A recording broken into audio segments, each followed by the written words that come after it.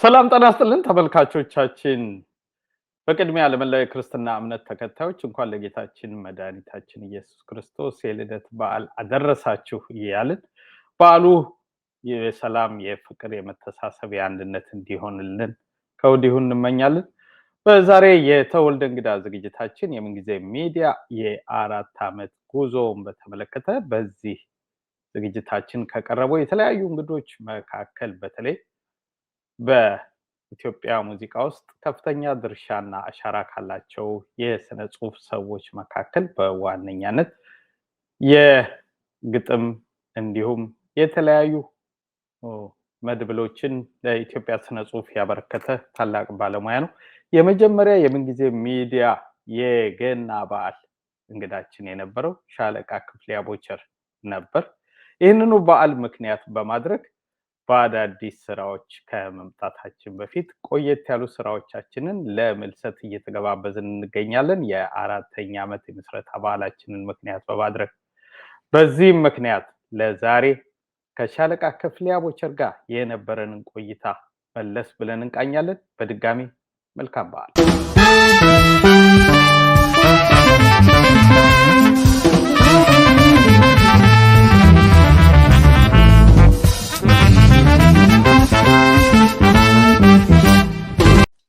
የቀድሞው የጀግናው የኢትዮጵያ ሰራዊት ባልደረባ በመሆን እስከ ሻለቃነት ደርሷል።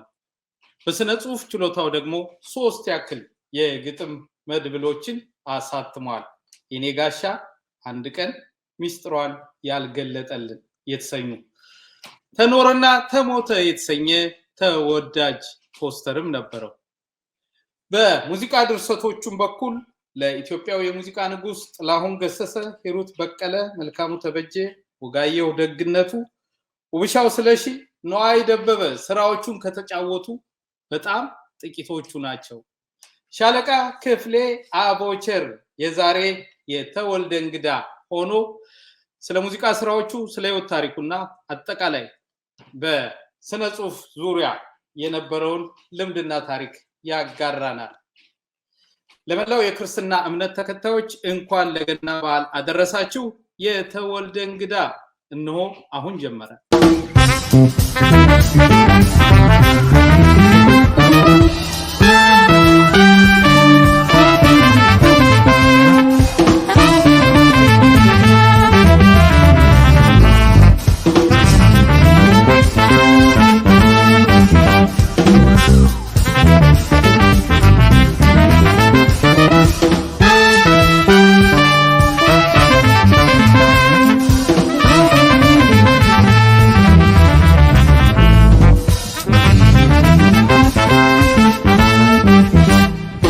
ተመልካቾቻችን በድጋሚ መልካም በዓል። ሻለቃ ክፍሌ አቦቸር የገና በዓል እንግዳ የሆነ በተለይ በሀገራዊ ስራዎች ዙሪያ የምታውቀውን ልታጋራን ፈቃደኛ ስለሆንክ በምንጊዜ ሚዲያ አድማጭና ተመልካቾች ስም ከልብ አመሰግናለሁ። እግዚአብሔር ያክብርልኝ። ላንተም እንዲሁ ተወልደ ይህን እድል ስለሰጠኝ በጣም አመሰግናለሁኝ። በጣም ጥሩ። በድጋሚ መልካም በዓል ጋሽ ክፍሌ። እንግዲህ ጨዋታችንን ስንጀምር ያው አዳዲስ ትውልድም ተፈጥሯል። በየጊዜውም የተለያዩ ምክንያቶች ስለሚኖሩ ሻለቃ ክፍሌ አቦቸር ትውልድና እድገት እስከ ሆለታ የመኮንኖች ማሰልጠኛ ድረስ ያለውን ባጭሩ እናንሳና ከሆለታ ጀምረን ግን ጦር ሜዳውን አብረን እንዞራለን ብዬ ተስፋ አደርጋለሁ። ከማከብራቸው ከምወዳቸው የሀገሬ ስነ ጽሁፍ ሰዎች አንዱ ነህ። በተለይ ደግሞ ሀገራዊ በሆኑ ስራዎች እኔን ጨምሮ በበርካታ ኢትዮጵያውያን ዘንድ የፈጠርከው ፍቅርና ተጽዕኖ በስራዎች ይገለጣል። እሱን ዛሬ በሀገራዊ ስራዎች ዙሪያ ቆይታ ስለምናደርግ በዝርዝር እናየዋለን። በቅድሚያ ከዚህ እንጀምር ሻለቃ። በጣም አመሰግናለሁ ተወልደ። ያው ብዙ ጊዜ ያው የሚዲያው ስም ይቀየር እንጂ ያው በእናንተ ፕሮግራም ብዙ ጊዜ የህይወት ታሪኬን ለማካፈል ሞክሬያለሁኝ። ጥያቄህን ለመመለስ ግን ግድ ይለኛል ዛሬ። ያው የተወለድኩት ሆለታ ነው። ቤተሰቤ እዛው ሆለታ ነበረ። አባቴ በግብርና ሙያ ነበረ የሚተዳደረው። እንደ አጋጣሚ የግብርና ሙያው ስላልተሳካለት ያው በሆለታ በጭሰኝነት ነበረ የሚያርሰው። ከዛ ቀድመ አያቴ የመሬት ከበርቴ ስለነበሩ በምንም አይነት መንገድ በእንደዛ አይነት ሁኔታ መቀጠል ስለሌለብህ ወደ ኔጋ መጥተህ ወይ ደግሞ ቤተሰቤ ማለት ነው እንዳለ ቤተሰቤ ወደ ሜታሮቢ የሚባል በተለይ ጉደር የምትባል ልዩ እንትን አካባቢ እዛ ሙቭ አድርገው በእነሱ ሲሄዱ ያው እኔም አብሬ ሄጄ ለተወሰነ ጊዜ እዛ ቆይቼ ከቀድመ አያቴ ጋራ የቤተ ክህነት ትምህርት በመጠኑ ድቁና ድረስ ማለት ነው እዛ ሆለታ በነበርንበት ጊዜ ወንድሞቼ ያን ጊዜ እንግሊዝ ትምህርት ቤት ነው የሚባለው እና ወንድሜና እህቴ ትምህርት ቤት ይዛ ይማሩ ስለነበረ እኔም አድጌ እዛ እንግሊዝ ትምህርት ቤት የመማር ጉጉቴ በጣም በከፍተኛ ደረጃ አድጎ እንትን ምኞት ስለነበረኝ ያን ምኞቴን ለማሳካት ከቀድመ አያቴ ጋር ጠፍቼ የወንድሜ ክርስትና አባት ወደሆኑት አየለችሬ የሚባሉ የዛ የሆለታ አካባቢ ወረዳ ዳኛ ስለነበሩ እሳቸው ጋር መጥቼ የዘመናዊ ትምህርቴን እዛ መከታተል ጀመርኩኝ። እዛ ለተወሰነ ጊዜ ያው እስከ ደጃዝማች መንገሻ የልማ ትምህርት ቤት ትምህርቴን ተከታትዬ እዛው ያለውኝ ታሪኩ ብዙ ነው። አጠር ላድርግ ብዬ ነው ብዙ እንትን የለም። እዛው ያለሁኝ ከዛ ወታደርነት ተቀጠርኩኝ። የወታደርነት አቀጣጠሬ ራሱን የቻለ በጣም ብዙ ምክንያቶች ስለነበሩት እዛ ውስጥ መግባት ስላልፈለግኩኝ ብቻ እዚህ የመድረሴን ሁኔታ ለመግለጽ ነው። እሱ ወደፊት በዝርዝር እንደውም እናንተ ጋር አለ ዝርዝሩ እንትን እንዳልኩኝ ማለት ነው። ከዛ ያው ወታደርነት ተቀጥሬ ፊቼ ማሰልጠኛ ጣቢያ ሰልጥኜ ከዛ ተመልሼ የእምድር ጦር የመሳሪያ ግምጃ ቤት የሚባል እንትን ተመድቤ ልዩ ልዩ የሙያ ትምህርቶች የሚሰጥበት ነው። እዛ የአንደኛ እና ሁለተኛ ደረጃ የመኪና ጥገና ትምህርት ቤት እንትን አቴንድ አደረኩኝ ማለት ነው። ከዛ በአንድ አጋጣሚ ወደ አዲስ አበባ ተዛውሬ በማታ ትምህርት ትምህርቴን ቀጠልኩኝ። ከዛ በመከላከያ ሚኒስቴር ውስጥ እያለሁኝ የኢትዮ ጀርመን ቴክኒካል ኢንስቲትዩት የተግባር ትምህርት ቤት ሙያ አሁን ሙሉጌታ ቡሊ ትምህርት ቤት ነበረ ባለው ያኔ ስሙ እንደ ውጫሌ ውል ትርጉም ነው። በእንግሊዘኛው ኢትዮ ጀርመን ቴክኒካል ኢንስቲትዩት ይላል። በአማርኛ ደግሞ የሙሉጌታ ቡሊ ተግባር ትምህርት ቤት ነው የሚለው እና እዛ ምክንያቱ ይታወቃል። ሻለቃ ምክንያቱ ይታወቃል ለምን እንዲህ እንደሆነ። ያው በጀርመን ተራድኦ ትምህርት እንትን መንግስት የተቋቋመ ስለሆነ ኢትዮ ጀርመን ቴክኒካል ኢንስቲትዩት ይባላል። እንግሊዘኛውን እነሱ ስለሚያነቡት እንደዛ ተባለ። አማርኛው በእኛ ጀግና ተሰየመ። በእኛ ደግሞ የኢትዮ ጀርመን የሙሉጌታ ቡሊ ደግሞ ታላቅ ጀግና ናቸው። ኮሪያ ጦርነት ታላቅ የኢትዮጵያ ሰራዊት የገነቡ ከሚባሉት ዋነኛው ናቸው በጣም እና ስለዚህ በሳቸው መታሰቢያ ስም የተጠራ ነው።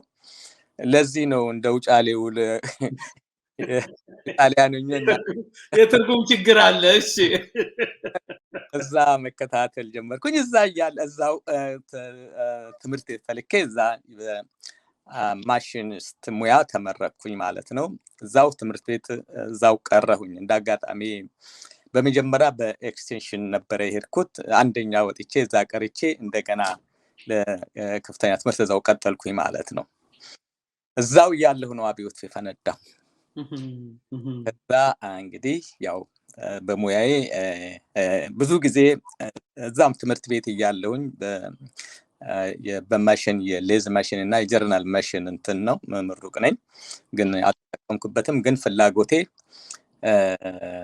ለስነ ጽሁፍ በጣም ያዘነብል ስለነበረ እዛው ያለውኝ ያው ትምህርት እንትን ጽሁፉን ያው ከትምህርት ቤት ነው የጀመርኩት። 4ኛ ክፍል ነበርኩኝ ጀምሮ ነው። ከ3ኛ ክፍል ነው ውድድር መጀመር የጀመርኩት። በትምህርት ቤቱ የውድድር ይካሄድ ስለነበረ የስነ ጽሁፍ ውድድር ይካሄድ ስለነበረ ብዙ ጊዜ ሞክር ነበረ። በሆለታ ትምህርት ቤት ያለውኝ የግጥም ውድድር ወደ 4ኛ ክፍል ስደርስ ዳጋጣሚ ከብዙ ሙከራ በኋላ ይሄ የምታስገባው የውድድር ጽሁፍ ይታረምና ሁልጊዜ ሰኞ ቦርድ ላይ ይለጠፋል። ሄደን ቼክ እናደርጋለን፣ የለም። ሄደን ቼክ እናደርጋለን፣ የለም። ቼክ እናደርጋለን፣ የለም። እንግዲህ አደርጋለሁ።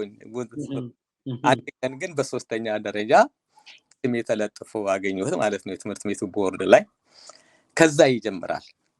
የምስራቅ ጦርነት ወይም የሶማሌ ተስፋፊ ወራሪ ኃይል ሀገራችንን በብሪት ሲደፍር ግንባር ቀደም ዘማች ሆኖ ሰራዊታችን በግንባር መስዋዕትነት ከፍሎ ለነጻነትና ለድል ሲበቃ ያንን ሰራዊት በወኔ ካነጹ ለውጤት ካበቁ የታሪካችን አሻራ ዋነኛዎቹ የመዝሙር ድርሰቶች ደግሞ ቀደም ሲል ተቀጥረህ በተለያዩ ሙያ ያገለግልክበት የምድር ጦር ክፍል ነው። ብዙዎቹን መዝሙሮች ከአብዮቱ ጋር ተያይዞ ምድር ጦር አስተዋጽኦ አለው በብዛት። ሌላ ጊዜ እንመጣበታለን። ግን በዚህም ዘመቻ ከፍተኛ አስተዋጽኦ ያደረገው የምድር ጦር ሙዚቃ ክፍል ነበር። በዛ ውስጥ ደግሞ ሻለቃ ክፍሌን ጨምሮ በርካታ ባለሙያዎች ነበሩ። ስለዚህ ይሄን ታሪካዊ የወረራ ጊዜና የሰራዊቱን ተጋድሎ በተመለከተ ወሳኞቹ የታሪክ አሻራዎቻችን የሆኑትን መዝሙሮች በምን ሁኔታ እንዴት የሚለውን በቅድሚያ ከነሱ እንነሳና በዝርዝር ግን እያንዳንዶቹን እናያለን። ወደ ሻለቃ ክፍሌ የመቁሰል አደጋ ከዛ ታሪክ ጋር የሚያያዙትን እንመጣባቸዋለን። ግን ቀዳሚው ሰራዊታችንን ለውጤት ካበቁት መካከል መዝሙሮቹ ስለሚሆኑ ከሱ እንነሳ። መልካም። እንግዲህ በዚህ በአብዮቱ ሂደት ውስጥ ራሱን የቻለ አካሄድ ነበረው። በዚህ የለውጥ ሂደት ውስጥ ያ አጋጣሚ ቀደም ብሎ እቅድ በነበረው የዚያድ ባሬ ወራሪ ኃይል በ1969 የአገሪቱ ወረራ በአገሪቱ ላይ በተደረገው ወረራ በአገሪቱ መሪ በኮሎኔል መንግስቱ አማካይነት የእናት ሀገር ጥሪ ክተት ጥሪ ተደረገ። ጥሪውን በታጠቅ ጦር ሰፈር የሚሊሻ መደብ እዛ ነበረ የተዘጋጀው። እዛ ውስጥ እንግዲህ ያው በታሪክም እንደሚታወቀው 300,000 ጣሪያው ሆኖ ማለት ነው ከህዝብ ጥሪውን ተቀብሎ የመጣ እናት አገሬን አላስደፍርም ያለ ትውልድ ወደዛ ወደ ታጠቅ ጦር ሰፈር ሲከት በወታደራዊ ዘርፍ ደግሞ ቀደም ብሎ ከቀድሞ የመከላከያ ሰራዊት ደግሞ አባሎች በአሰልጣኝነትና በፖለቲካ አስተማሪነት ከተመደቡት ሰዎች ውስጥ አንዱ ነበርኩኝ እኔ በታጠቅ ጦር ሰፈር። እና በታጠቅ ጦር ሰፈር ከሄድኩኝ በኋላ ወይም ከአባሎቻችን ጋር ከአባሎቼ ጋር ማለት ነው ያው የ3 ወር ስልጠና በሚደረግበት ጊዜ ወታደራዊና የህሊና አዘገጃጀት ወይም የፖለቲካ ንቃተ ህሊና በሚለው አጠራር ውጊያው ምንን በተመለከተ ለምን የሚለውን ለመጪው ሚሊሻ ሰራዊት ማስተማር ነበረብን። ከወታደራዊ ስልጠናው አኳያም በመንፈሳዊ አዘገጃጀትም ሁለቱን አጣምሮ አዋህዶ ተልእኮውን ከግቡ ለማድረስ እንዲችል ጠላቱን በትክክል እንዲያውቅ ለማድረግ የካድሬውም ድርሻ ትልቅ ስለነበረ ከዛ አብሬ ከተላኳቸው ጓደኞቼ ጋራ በዚህ ሙያ ላይ የሚገባውን አገልግሎት እየሰጠን ያለ አሁን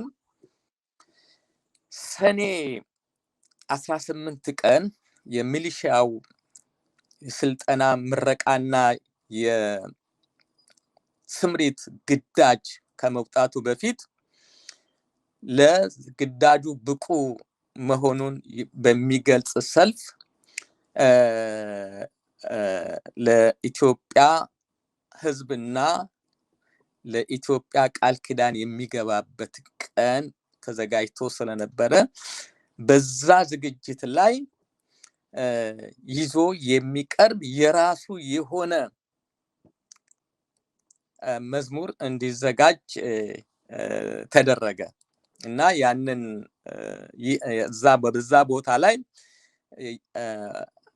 ታጠቅ ጦር ሰፈር ይህ ነው ምኞቴ የሚለውን ግጥም ጽፌ በእምድ ጦር ሙዚቀኛ መምሪያ በተሾመ ሲሳይ መዝሙር ዜማ ወጥቶለት ሰኔ 18 ቀን ሰልፍ ሲደረግ የሚሊሻው መዝሙር ልክ በብሔራዊ መዝሙር ደረጃ ሊሰጠው በሚችል መልኩ የቃል ኪዳኑን ሰልፍ ትዕይንት ይህ ነው ምኞቴን እየዘመረ በህዝብ አደባባይ አለፈ። እዛው ያለ ከተመረቀ በኋላ ቃል ኪዳን ከገባ በኋላ ከአንድ ወር በኋላ ስምሪት ማድረግ ፕሮግራም ወጥቶ ስለነበረ አሁን ይሄ የቃል ኪዳኑ ነው። ለጉዞው ደግሞ የሚያስፈልገው አንድ መዝሙር ደግሞ በተጨማሪነት ለአንድነቱ የሚለውን ልክ እሱ ተዘጋጅቶ ወደ ጦር ሜዳ በሚሄድበት ወቅት በእያንዳንዱ አውቶቡስ ላይ ያንን እየሰማ እንዲሄድ የተደረገው ደግሞ ሐምሌ 19 ቀን ወደ ግዳጁ ሲንቀሳቀስ የዘመረው ነው እሱ። እና እነዚህ ሁለቱ እዛው ታጠቅ ጦር ሰፈር ነው የተሰሩት። በጣም የሚገርመው ሻለቃ ክፍሌ እኒህ መዝሙሮች አንተም ቀደም ሲል እንዳልከው የተሰሩበትም ምክንያት ሰራዊቱንም ለውጤት ያበቁበት የታሪክ ሂደት አስገራሚ ነበር።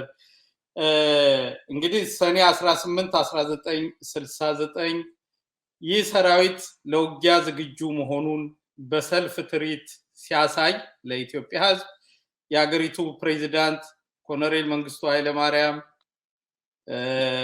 ኮሎኔል አጥናፉ አባተን ጨምሮ በመስቀል አደባባይ ወይም በአብዮት አደባባይ ተገኝተው የሰራዊቱን የሰልፍ ትርኢት ተከታትለው ነበር።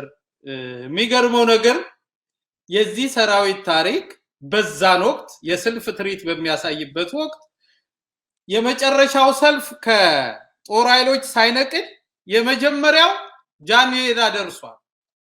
ያን ያህል ነበር የሰልፍ ትርኢቱ አስገራሚነትና የሰራዊቱ እንቅስቃሴ። እንዳልከውም ደግሞ ልክ በወሩ ሐምሌ 19 ደግሞ ለአንድነቱ በሚለው መዝሙር በአውቶቡሶች ተጭኖ ለእናት ሀገሩ ጥሎ ሊወድቅ ተመመ። በነገራችን ላይ አድማጭ ተመልካቾቻችን ይህ ነው ምኞቴ እኔ በህይወቴ ከራሴ በፊት ለኢትዮጵያ እናቴ የተሰኘው ታሪካዊ መዝሙር ግጥም ሻለቃ ክፍሌ አቦቸር፣ ዜማና የሙዚቃ ቅንብር ተሾመ ሲሳይ ነበሩ። እንዲሁም ለአንድነቱ የተሰኘው መዝሙር ደግሞ ሰራዊታችን ከምረቃት በኋላ ወደ ውጊያ ሲሰማራ የተዜመው ዜማ ኮሎኔል ለማደምሰው፣ ግጥም ሻለቃ ክፍሌ አቦቸር፣ ሙዚቃ ቅንብር ምድር ጦር ነበርና እስኪ እንዲያው ሻለቃ ክፍሌ ለኛም ለታሪካችንም ላንተም ትዝታ ነው ሁሌም ደግሞ የኛ ዘመን አድዋ ነው ካራማራ በኔ እምነት ስለዚህ ለዛ ድል መገኘት ውጤት ለነበራችሁ መስዋዕትነት ለከፈላችሁ ተሳትፎ ላደረጋችሁ የጀግናው የቀድሞ የኢትዮጵያ ሰራዊት ባልደረቦችና አመራሮች ሁሉ ክብርና ምስጋና ላለው በድጋሜ እሱም መዝሙር ባጭሩ ተከታትለን እንመለስ ይነው ምኞቴ በዮቴ ከራሴ በፊት ለኢትዮጵያ እናቴ ረጅሙን ጉዞ ስንቱን አውቄ ተነስቻለሁ ፍቄን አጥብቄ መብት ነፃነት እስኪሆን አቻ ተነስቻለሁ ለድል ዘመቻ ልሙት ልሰዋ ደስ ብሎኝ ድንቄ ለሀገሬ ክብር እኔ ወድቄ ይህ ነው ምኞቴ እኔ በሕይወቴ ከራሴ በፊት ለኢትዮጵያ እናቴ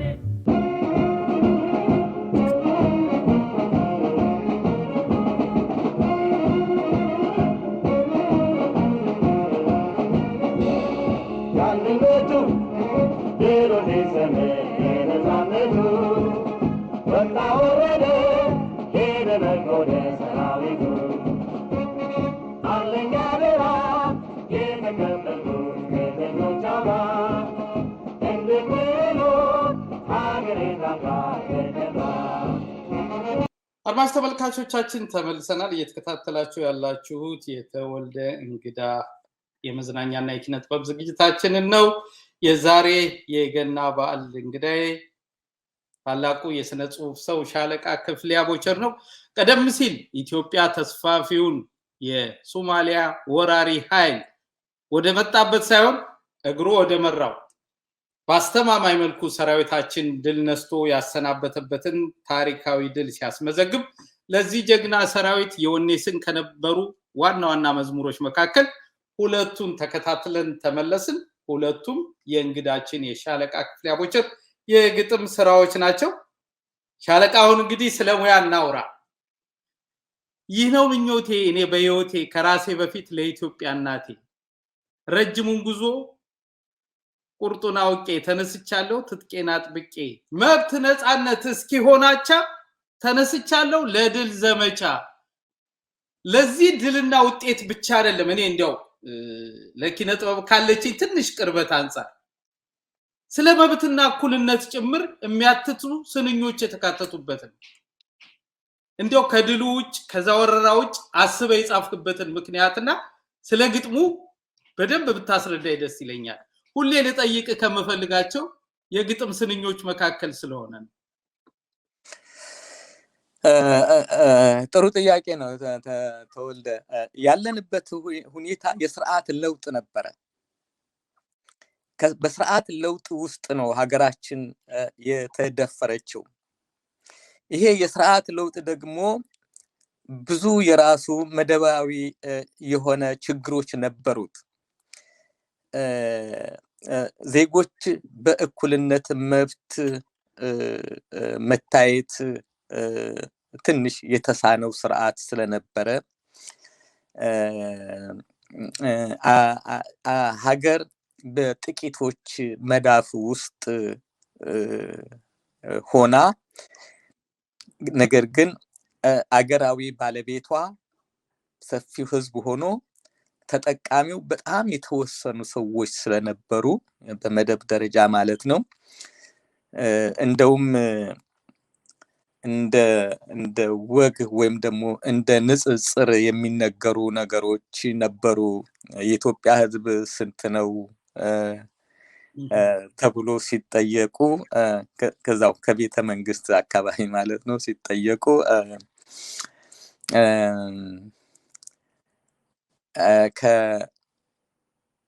ያው እንግዲህ በመደብ ደረጃ ከ500 አንበልጥም ተባለ የሚባልበት እንደው ለወጋህል የምትነገር ነገሮችን በትክክል አላስቀመጥኳትም እንጂ በእንደዚህ አይነት መልኩ የነበረ የመደብ ትግል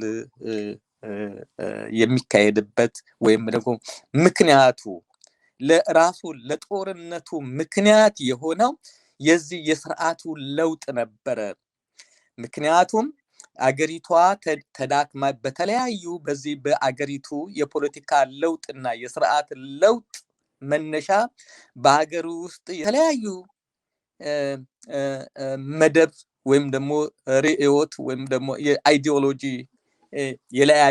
የለያያቸው የውስጥ የፖለቲካ ድርጅቶች እና ደግሞ መደባዊ በመደብ ወይም ደግሞ በዛው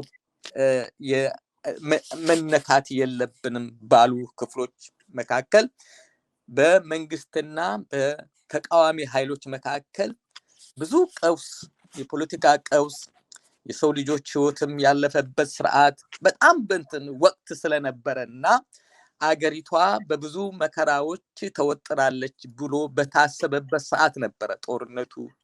በዚህ አጋጣሚ ሰዓቱ ይሄ ነው በሚለው መነሻ ነው የሶማሌም ጦርነት ወቅትና ጊዜ ጠብቆ የተነሳብን እና ይሄ ግጥም የመደብም የሉዓላዊ ሀገርን የማስጠበቅም ሁለት ተልእኮ ነበረው። ስለዚህ በመሃል ይሄ የሥርዓቱን ለውጥ የሚካሄድበት ትግል በግንባር ደግሞ የሀገርን ዳር ድንበር ለማስከበር የሚዋደቅ ሰራዊት ነበረ እና ይሄንን ሁለት አቅጣጫ የያዘውን ትግል ወደ አንድ ለማምጣት የተጠቀምኩበት ነው። ሁለት ዘርፍ ነበረው። የሥርዓት ለውጥም የሰዎች መብትና ነፃነት የሚከበርበትም ስርዓት ለመገንባት እንደገና ደግሞ አገርን ወድቆ ለማቆም የዘመቻ ነበረና እነዚህ ሁለት ነገሮች ለማጣጣም አስቤ የሰራሁት ነው። በጣም የታሪካችንም አካል በመሆኑ ብቻ ሳይሆን በየጊዜው ቢመረመርም እንደዚሁ እንዳልኩ አዳዲስ ሐሳቦችን ማግኘት የሚቻል ይመስለኛል። በራሴ የግል እምነት ነው ይሄ። ምክንያቱም ልክ አሁን ባስቀመጥከው መልኩ ሰዎች ሐሳቡን ለመረዳት ከዛ የድልና የነፃነት ዜማነቱ ጎን ለጎን እንዲህ አይነት መልክቶች እንዳሉት ትኩረት ቢያደርጉ የግል ፍላጎቴ ነው። እንዳልከው ለተሰነዘረብን ወረራና ለታቀደብን ዘመቻ ከራሴ በፊት ለኢትዮጵያ እናቴ ብሎ ጥሎ እንዲወድቅ አስገንዝባል። ከዛ በኋላ ደግሞ ለምትፈልገው የሥርዓት ለውጥና የሰው ልጆች እኩልነት፣ መብት፣ ዲሞክራሲ መከበር ደግሞ ልክ አሁን እንዳልከው መብት ነፃነት እስኪሆን አቻ ተነስቻለሁ ለድል ዘመቻ። ከዚህ ወራሪን ከማባረር መልስ ብዙ ትግል እንደሚጠብቅ በሥርዓቱ ለውጥና በአብዮቱ ውስጥ የሰው ልጆች እኩልነት፣ መብት፣ ዲሞክራሲ እንዲከበር ምኞት እንደሆነ በስራ መርምሬ አግኝቼዋለሁ። ምላሽንም አንተ በሚገባ ሐሳቡን እንድጨብጥ አድርገኛል። ስለሚገርመኝ ነው በፍቅር ከመውደዴ ከማድነቄ ጎን ለጎን እንዳልኩህ የኔ ዘመን አድዋ የተመዘገበበት ድል ስለሆነ በዛ ከመኩራቴና ከመደሰቴ ጎን ለጎን ግጥሞችን ስመረምር ካገኘው አይቀር ብጠይቅ ብዬ ነው። ስለዚህ ቀጥዬም የምሻገረው ሻለቃ ክፍሌ አቦቸር ለዚች ሀገር በሚወደው ስነ ጽሁፍ ያበረከተውን አስተዋጽኦ ያክል እንዳንድ የቀድሞ የኢትዮጵያ ጀግና ሰራዊት መኮንን ደግሞ ለዚች ሀገር ደምቷል። በዛ የመቁሰል አደጋ ውስጥ ደግሞ ድሬዳዋ ሆስፒታል ሆኖ ምን ጻፈ፣ ምን ድርሰት ደረሰ። ያ ድርሰት ደግሞ በኢትዮጵያዊ ሙዚቃ ንጉስ ተቀንቅኖ የኛ የጋራ ታሪክ የምንወደው ስራ ሆኖ እስካሁን ዘልቋል። በሱም ስንኝ ውስጥ ጥያቄዎች ስላሉ ዛሬ በየስራዎች ውስጥ ያሉትን ታብራራልኛለህ። ስለሱ ታሪክ አውራኝ ሻለቃ። እንግዲህ በጦር ሜዳ ግንባር ሁለት ናቸው። ሶስተኛውን ደግሞ ነግርሃለሁ። ሶስተኛው ከዛ አርእስቱን ያገኘሁት እንትን አለ። እንግዲህ ወደ ምስራቅ ከሄድን በኋላ መጀመሪያ የኔ የ76ኛ ብርጌድ የፖለቲካ ኃላፊ ሆኜ ነው። መጀመሪያ የሁለተኛ ሻለቃ የፖለቲካ ኃላፊ ነበርኩኝ። በኋላ ነው ወደ ብርጌዱ የፖለቲካ ኃላፊ ሆኜ እንትን የተመደብኩት። እዛ ያለው አንድ በሚሌ አካባቢ የሰርጎ ገብ ከኋላ ነው ያለነው። ሂርና ላይ ነው እኛ እንትን ያልነው ጦራችን እንትን ያለው። ምክንያቱም ሂርና የተመደብንበት ሰርጎ ገቦች እስከ እዛ ድረስ አካባቢ ድረስ መግባት የሚችሉበት ብዙ ሁኔታዎች ስለነበሩ የኋላ ደጀን በመሆን ነው እዛ ላይ የተመደበን የነበርነው እና በዚሁ አማካኝነት አንድ ቀጠና ተሰጥቶን ውጊያ ላይ ለተሰማራው ሁሉም አይደለ የተወሰነ ሻለቃ ሲሄድ እኔ ከዚህ ሰራዊት ጋራ ከሄዱት የፖለቲካ ኃላፊ አንዱ ነበርኩኝ እና ነገሩ ያው በጉዞ ላይ አካባቢው ተነግሮ ስለነበረ ወደዛ ቀጠና የግንባር ሲገባ ተኩስ ተከፈተ። ስለዚህ የራሴን ግንባር ይዤ ተኩስ ላይ ያለሁኝ መሬት ይዤ በመታኮስ ላይ ያለሁኝ እንዳጋጣሚ ይመስለኛል ለግንባሬ የታለመች ጥይት ነች እና እዚህ ደረቴ መሬት ይዤ ስለነበረ ያ የተተኮሰ ወደኔ የተተኮሰው ጥይት እኔን ሳይሆን አጠገቤ ያለውን ድንጋይ ላይ ሲያርፍ የዛች የፍንጣሪ እዚች ደረቴ ላይ መቶኛል። ደረቴ ትንሽ በጣም ትንሽ ነች። እኔ መመታቴንም እንትን አላልኩም። በኋላ ሲሰማኝ ሙቀት ሲሰማኝ እጄን እዚህ ደረቴ ላይ ከተትኩኝና ሳይ ደምቷል። ለጊዜው እጄ ላይ ደም አየሁኝ። የደረሰብኝ ጉዳት ግን ይሄናል የተሰማኝ ነገር የለም ከሙቀት በስተቀር። ባይም ፍንጣሪ እንደው ጭረት ካልሆነ በስተቀር ወደ ውስጥ ሰርጎ ገብቶ ወይም እንትን ያለ ነገር የለም።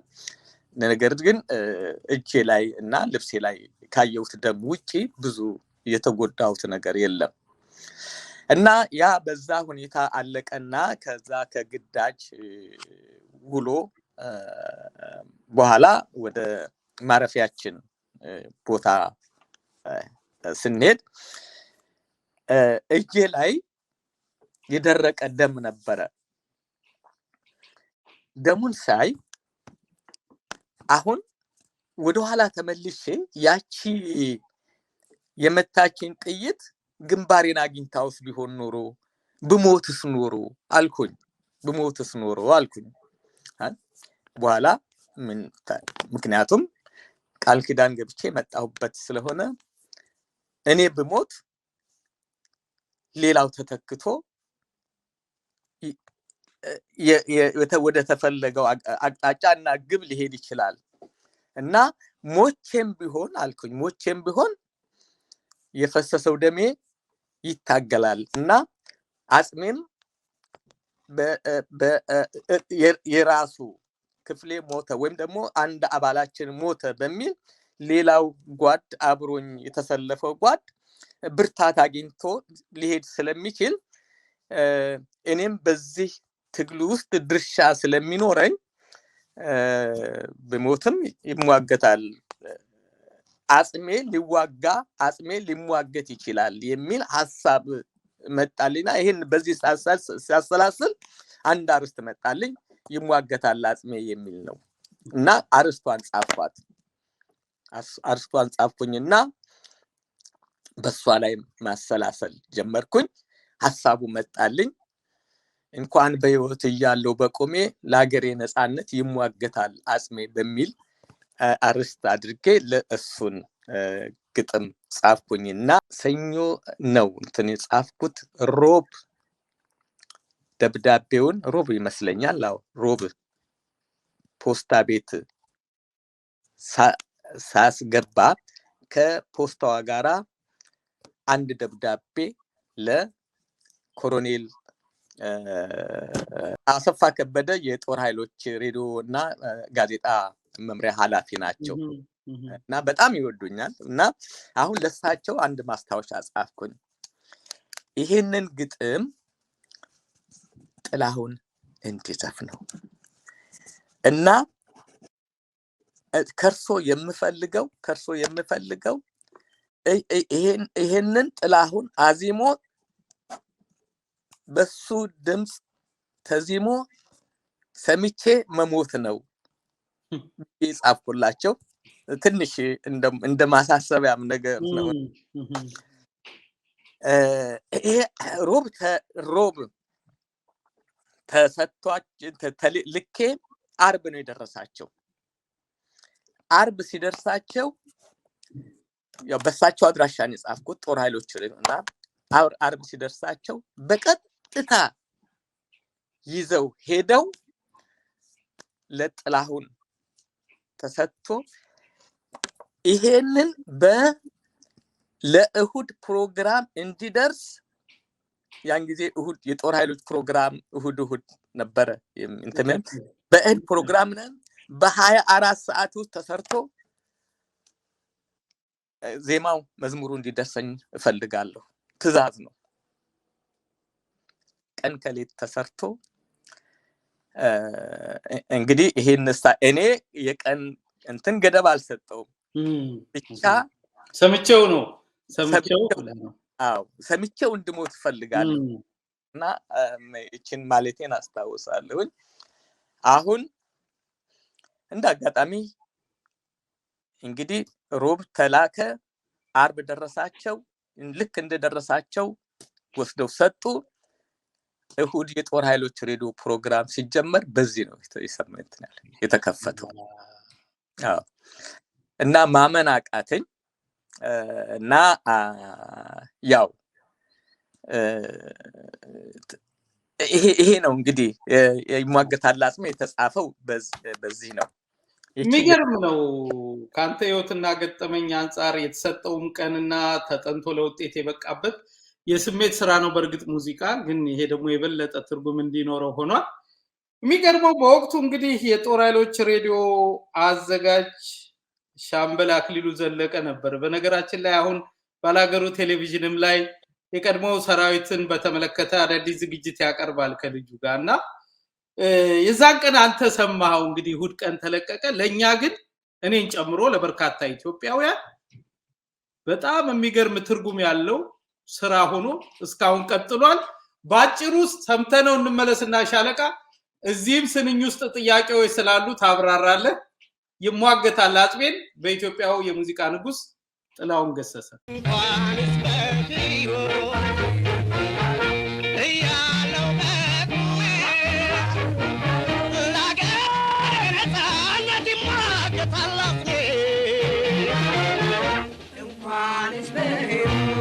በህይወት ያለው ባስቲጋገር ቆሚያለው እንኳን በህይወት ያለው ባስቲጋገር ቆሚያለው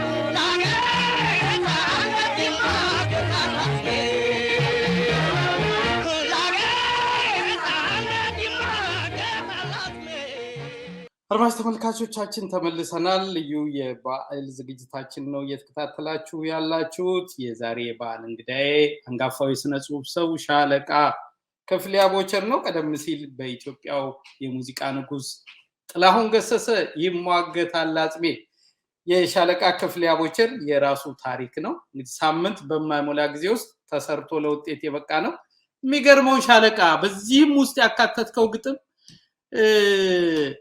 አሁን ሰከን ብዬ ሳስበው ጠቅላላ ስሜቶች ከለውጥ ጋር ከእኩልነት ጋር ከዲሞክራሲ ከነጻነት ከፍትህ ጋር ዘመን ተሻጋሪ እንዲሆኑ አርገህ የምሰራቸው ስራዎች ምክንያቱን አንተ ነህ የምትነግረኝ። እኔ ስራዎች ውስጥ ማገኛቸውን ጥቂት ስንኞች እያወጣው ነው እንድትመልስልኝ የምፈልገው። ለምሳሌ ተነስ የሀገሬ ልጅ እንቁም ለአንድ ዓላማ ሞት ወይም ነፃነት ብለን እንስማማ ይላል። ይሄ ምንጊዜም የሰው ልጆች በትግልና በባርነት ውስጥ ሲኖሩ ሊያነግቡት የሚገባ መፈክር ይመስለኛል እና ሁሌ ለአንድ ዓላማ መቆም ለነፃነት እንደሚያበቃ ሌሎችም ስንኞች አሉ። ግን እስኪ ከዚህ ልጀምር ስለሚገርመኝ ነው። ተነስ የሀገሬ ልጅ እንቁም ለአንድ ዓላማ ሞት ወይም ነፃነት ብለን እንስማማ። ከሁለቱ ውጭ መፍትሄ ስለሌለው ትግል በእነዚህ ሂደቶች ውስጥ መሆን አለበት የሚል ይመስለኛል። የኔ አመለካከት ነው። የተነሳህበትን ነግረኸኛል። ካንተ ጉዳት፣ ካንተ መትረፍ፣ ካንተ ከመቁሰል አደጋ ጋር የተያያዘ ነው። ውስጡ ግን ደግሞ የምታስቀምጣቸው ሐሳቦች እንደዚህ እስከዚህ ዘመን ድረስ ትርጉም አላቸው። እስኪ አውራኝ እስኪ ስለዚህ። እንግዲህ ብዙ ጊዜ ተደጋግሞ የተነገሩ ነገሮች ናቸው። የሰው ልጅ ሁለት ምርጫ አለው፣ ወይ ባርነት ወይ ነፃነት። ባርነትህን ከፈለክ በአንድ ሆነ ያለመቆም ሊቀበልህ የሚችለው ባርነት ነው።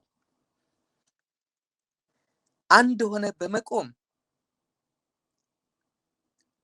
ልታገኘው የሚችለው መብትና ነፃነትህን ነው። በአንድ እጅ ውስጥ 5 ጣቶች አሉ። እያንዳንዳቸው ለእጃችን ኃይል ጉልበት የሚሆኑ የ5 ጣቶቻችን ድምሮች ናቸው። አንዷ ብትጎል ከኃይላችን ልናገኘው ከምንችለው ኃይል ይቀንሳል።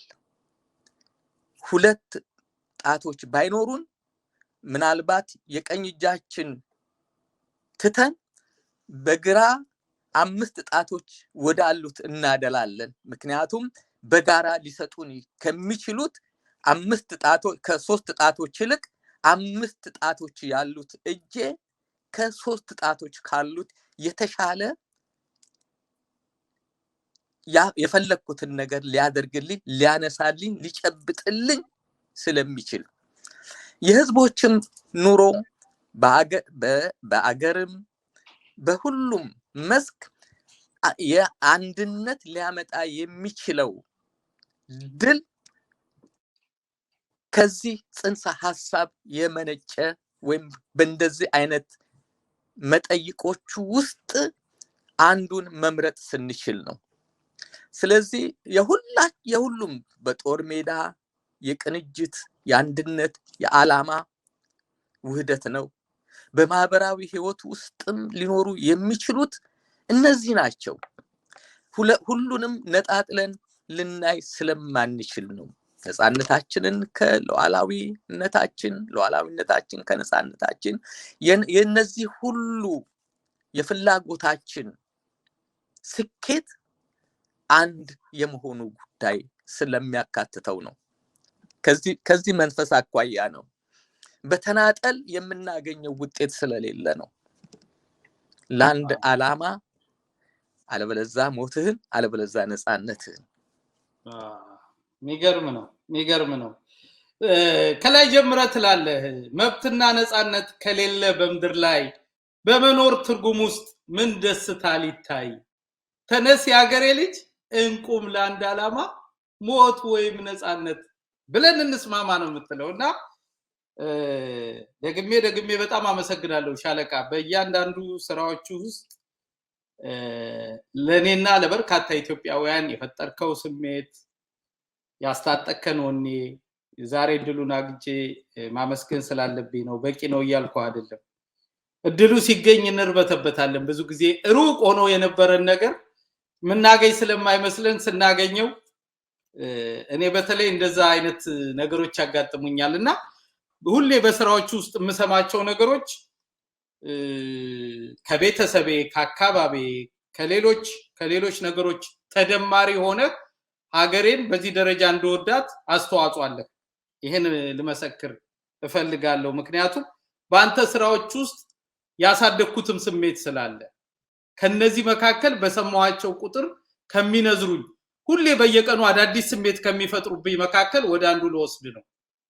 ምን አስበህ እንደጻፍከው ይሄንን በደንብ እንድታስረዳኝ እፈልጋለሁ። ሁሌ ይሄ ስራ ስሜቱ ትኩስና አዲስ ነው ለኔ።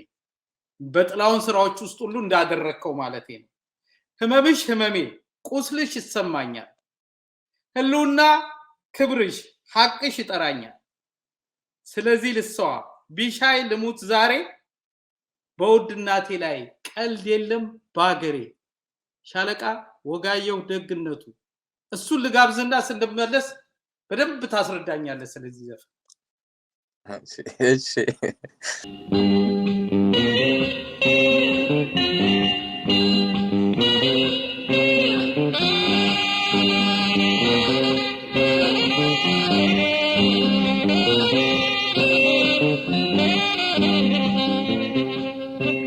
ህመሜ ቁስልሽ ይሰማኛል።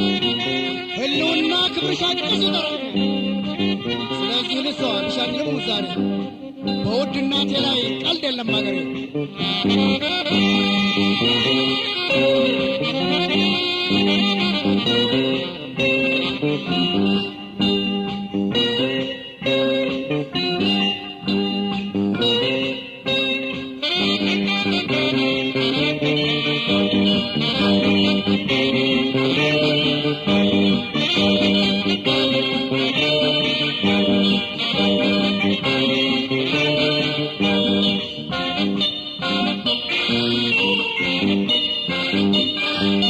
ደስታሽ ተካፋይ ችግርሽ ተወካይ መቆሜን አውቃለሁ ጠንቅቄ ታሪክሽን ለማኖር ጠብቄ መቆሜን አውቃለሁ ጠንቅቄ ታሪክሽን ለማኖር ጠብቄ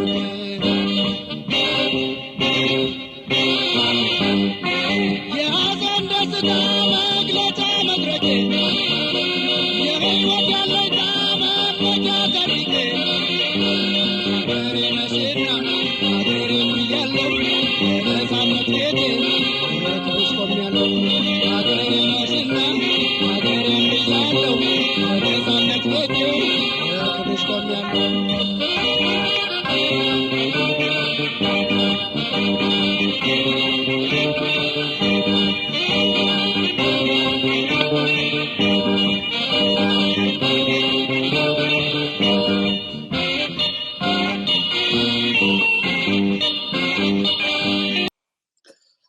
አድማጭ ተመልካቾቻችን ተመልሰናል። ቀደም ሲል ሻለቃ ወጋየሁ ደግነቱ ሀገሬ ነሽና ሀገሬን ብያለሁ በነፃነት ቤቴ ለክብርሽ ቆሜያለሁ በጣም ተወዳጅ ስራ ነው። የሻለቃ ክፍሌ አቦቸር ግጥም ነው። ሻለቃ አውራጅ ስለዚህ ግጥም በጣም የምወደው ስራ ነው። በነገራችን ላይ በየቀኑ ብሰማው በየቀኑ ለኔ ትኩስና አዲስ ስሜት የሚፈጥርብኝ ስራ ነው። እውነት ነው። በዚህ ግጥም ውስጥ በነገራችን ላይ ወደዛ ከማለፌ በፊት አንድ ቀን ወጋየሁ ታሞ ህንድ ሄዶ ነበረ። አዎ መጨረሻ አካባቢ መጨረሻ ላይ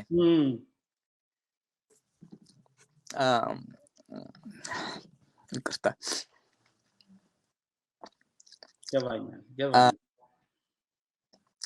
ታማኝ ደወለልኝ። ለሱ አንድ ፕሮግራም ሊሰራለት ፈልጎ ይመስለኛል። ሻለቃ ክፍሌ ለወጋየሁ ግጥም አልሰጠኸውም እንዴ አለኝ። አይ ሰጥቼዋለሁ ግን ማስታወስ አቃተኝ አልኩት።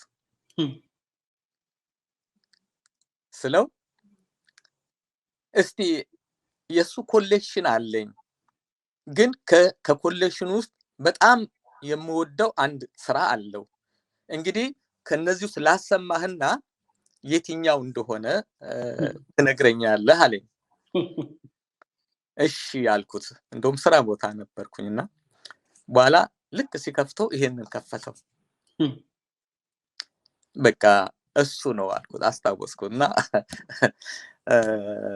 እሱን አረጋገጥኩለት ማለት ነው። ረስቼው ነበር ለሱ መስጠቴን አስታውሳለሁ ግን ያ የትኛው ስራ እንደሆነ በነገራችን ላይ በስተው አይደለም ስራዎቼ በስተው ሳይሆን ይገባኛል ዘንግቼ ነውና የሰራሁት አስመራ ያያለሁ ነው። እሱ እዛ ነበረ ያን ጊዜ ለቀይ ኮከብ ሄደን ነው።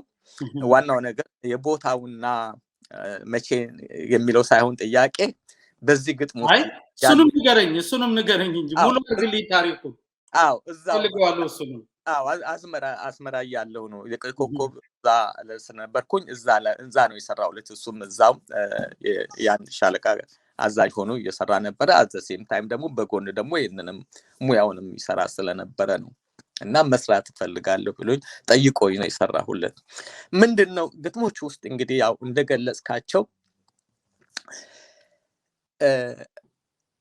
ደስታህም ሐዘንህም ሁሉ ነገር ኩራትህም ማንነትህም የሚለካው በሀገር ውስጥ ነው።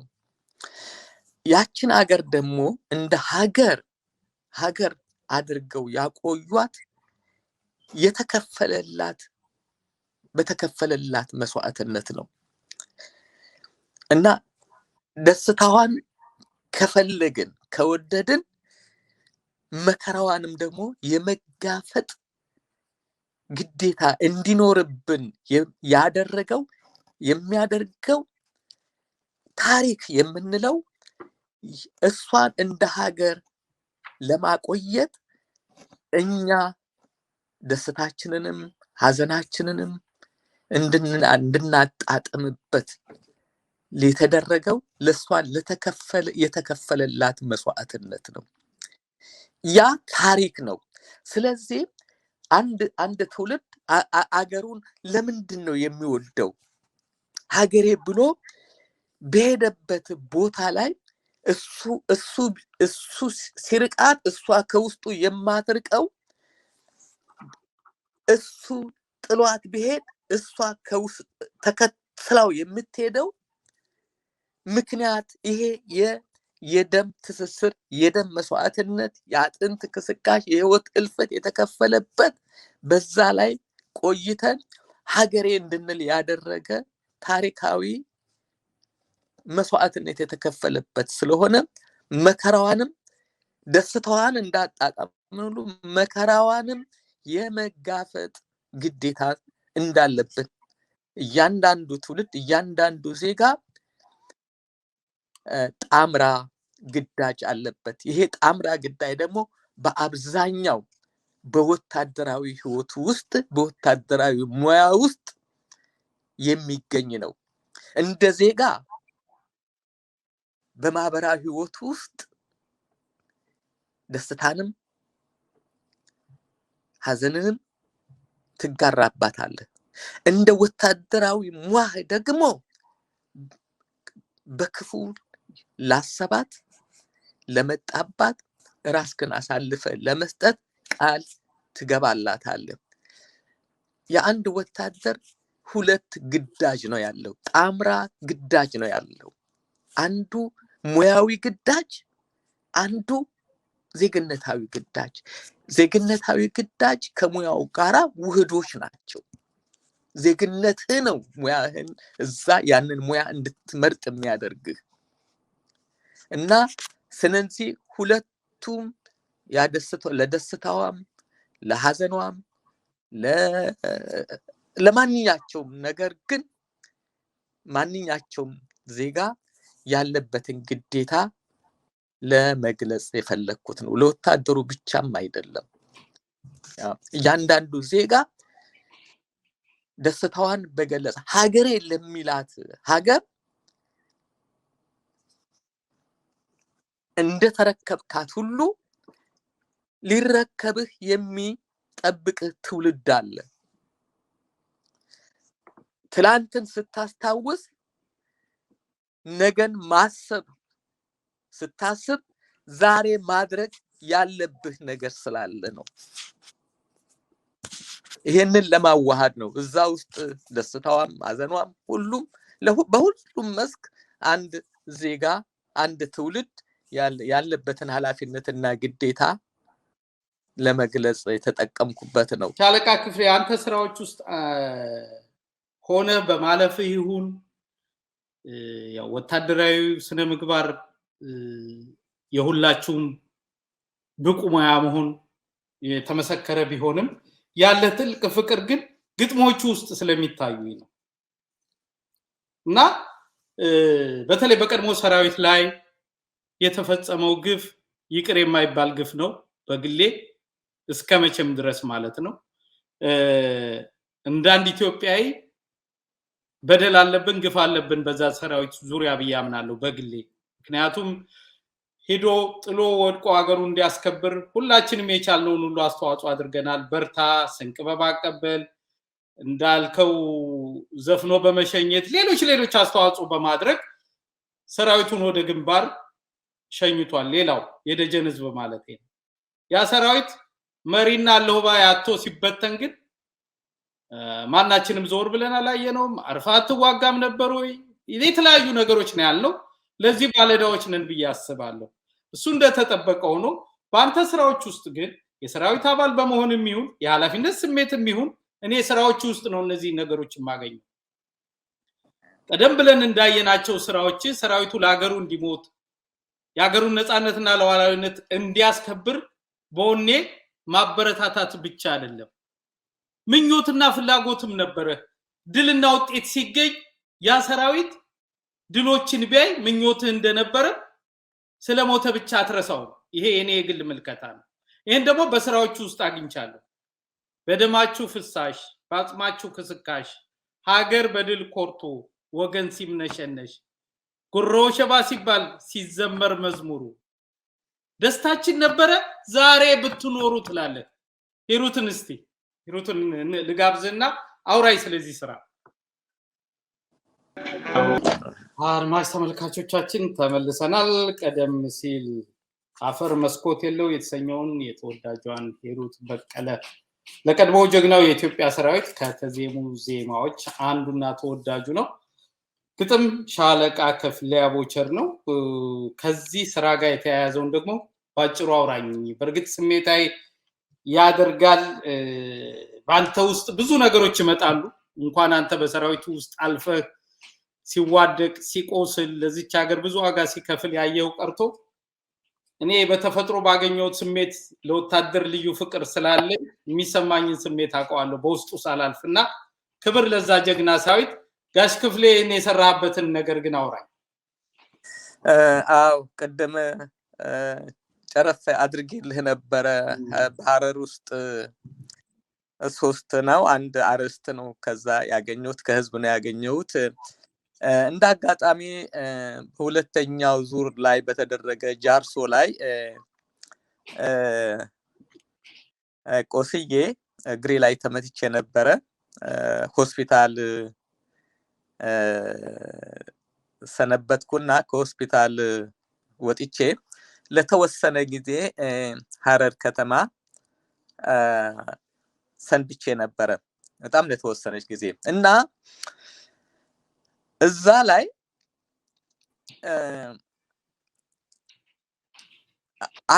አንድ ቃል ሲነገር ሰማሁኝ እና ይሄ እንደ አጋጣሚ ነገር እንደ ዘልማድ አይነት አነጋገር ሆኖ ነው የተነገረ ነው እና ምን ዋጋ አለው አፈር መስኮት የለው የሚል አንድ ሴት ነች ሴት ስትናገር ሰማኋት። አፈር መስኮት የለው የሚለው ቃል ልክ ቃሉን ስሰማ ጀርባዬን አላበኝ። ቃሉ በጣም ሩቅ የሚያስኬድ ነው። ምን ማለት ነው አፈር መስኮት የለው? ምን ዋጋ አለው አፈር መስኮት የለው?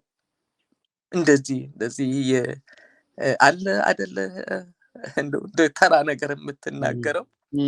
አሁን ልክ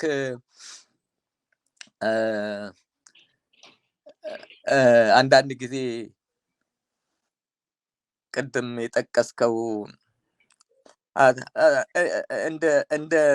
እንደ ዘበት ችግሮችን እንደ ዘበት የምትገልጽባቸው ኑሮህን በትርጉም የምትገልጽባቸው ነገሮች አሉ እና እሱን አሁን ይሄ አፈር መስኮት ማን ነው እሱ ተኖረና ተሞተ አሁን እንደ ብሶትን ወይም ደግሞ ኑሮህን የምትገልጽበት ቋንቋ ተኖረና ተሞተ አሉ ሲሉ ሰማለሁ እና ብሶትህን በተጨባጭ በሆነ ሁኔታዎች ለመግለጽ የምትሞክረው ምናልባት ከዛ የመጣ ነገር ይመስለኛልና ይሄ አፈር መስኮት የለው የሚለውን ጻፍኩት። አፈር መስኮት የለው ልተኛ አልቻልኩኝም። አሁን ይሄን አርእስቱን ያስኩት በኋላ ጊዜና ሁኔታዎች እንትን ማለት ነበረብኝ፣ ማግኘት ነበረብኝ። ትግል ላይ ነው ያለነው። ጦሩ ገና ቆሬ ላይ ነው ያለው፣ ወደ ኋላ ተመልሷል። አፈር መስኮት የለውን የምጠቀምበት ወቅትና ጊዜ መኖር ነበረበት። ብቻውን ምንም ሊሰራልኝ አይችልም። ምክንያቱም ገና የተማራንበት ትግል ውጤት አላመጣም። አፈር መስኮት የለው ሰዎች ከአፈር በታች ሆነው ወይም አንድ ነገር ከአፈር በታች ሆኖ ለማየት የማይችልበት በአፈር የተዘጋ ነገር ወይም በቋጥኝ ውስጥ እንትን የተጫነው ማየት አይችልም። ኦኬ ያ አፈር ተጭኖት አፈር ለብሶ ማየት የሚጓጓው ሰው ማን ነው? ይሄን ሰው ማግኘት ነበረብኝ። አርስቱን ይዤ ቆየሁኝ።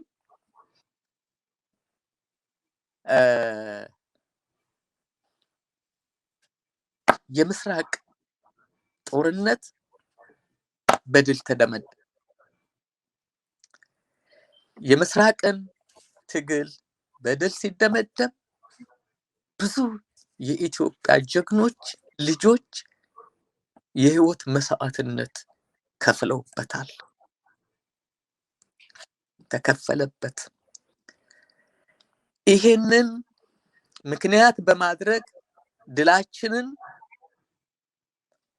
በአራተኛው የአብዮት በዓል ወቅት የምስራቁ ድልና አራተኛው የአብዮት በዓል አብሮ ገጠመ።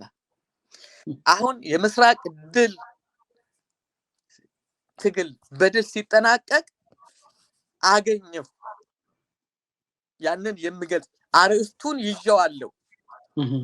ስለዚህ ይሄንን ለዚህ ለምስራቁ ድል ምክንያት የሆነው መስዋዕትነት የከፈለው ያ የአገር ጀግና ነው።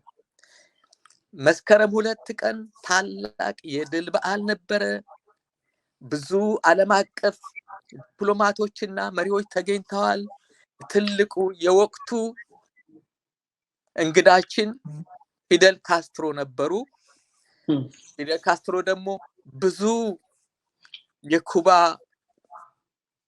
ወታደሮች ከኢትዮጵያ ሰራዊት ጎን ትልቅ መስዋዕትነት የከፈሉ ስለሆነ ያን ያዳመረ ጥሩ አጋጣሚ ስላገኘሁን እነዛን በዛ ትግል የወደቁ ሰዎች ያቺን የድል ቀናችንን የሚያዩበትን መንገድ ምኞት የገለጽኩበት ነው። ይሄንን ያችን ቀን እንዲያዩ ጊዜና ሁኔታ ጠብቄ የሰራዋት ነች። አርእስቷን ይዤ የሚገርም ነው። ምን ይዤ ልቅረብ?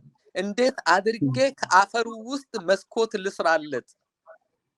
ምን ይዤ አሁን ግን ያስኩት ነገር ስላገኘሁኝ ግጥሙ በዛ ላይ ነው እና አገር የምስራቅ ድል እንደ ሁለተኛው የአድዋ ድል የተቆጠረበት ወቅት ስለነበረ ለዛ ደግሞ ያበቁን ጀግኖች ህይወታቸውን አሳልፈው ስለቀሩ አፈር ስለተጫናቸው ያችን አፈር ማንሳት ያለ መቻል ለመግለጽ ነው። እናመሰግናለን ሻለቃ ክፍሌ። ክብር ያንን ድል ላስገኙ በዛ ድል ተሳትፎ ለነበራቸው ሁሉ እንላለን። አመራሩና የሰራዊቱ አባላት በሙሉ በዛ ተሳታፊ ለነበራችሁ ሁሉ ክብርና ምስጋና እንላለን። ሁሌም በዘመናችን የምንኮራበት የኛ ዘመን አድዋ የካራማራ ድል ነው። ከሱም ጋር ያይዘን እናወራለን። ሻለቃ ክፍሌ ሙዚቃው ላይ ብቻ የራስክን ፍላጎት ተጽዕኖ አድርገህ የሚል የአድማጭ ተመልካች ጥያቄ እንዳይመጣ ሻለቃ ክፍሌ ቀደም ሲል በመግቢያ ላይ ማንስቼ ነበር 3 የግጥም መድብሎች አሳትመሃል። ከነሱ ውስጥ በራስ አንደበት ግጥም ብንጋብዝ እንደ መሸጋገሪያ ምን ይመስላል? ሻለቃ ሙዚቃው ላይ ብቻ ትኩረት አደረጉ የሚል አስተያየት ከሚመጣ ብዬ ነው። አንተ የመረጥከውን አንድ ግጥም እንበልና ወደ ቀጣይ ጥያቄ ሄደን ደግሞ የሆነ ሰዓት ላይ እንጋብዛቸዋለን። እሺ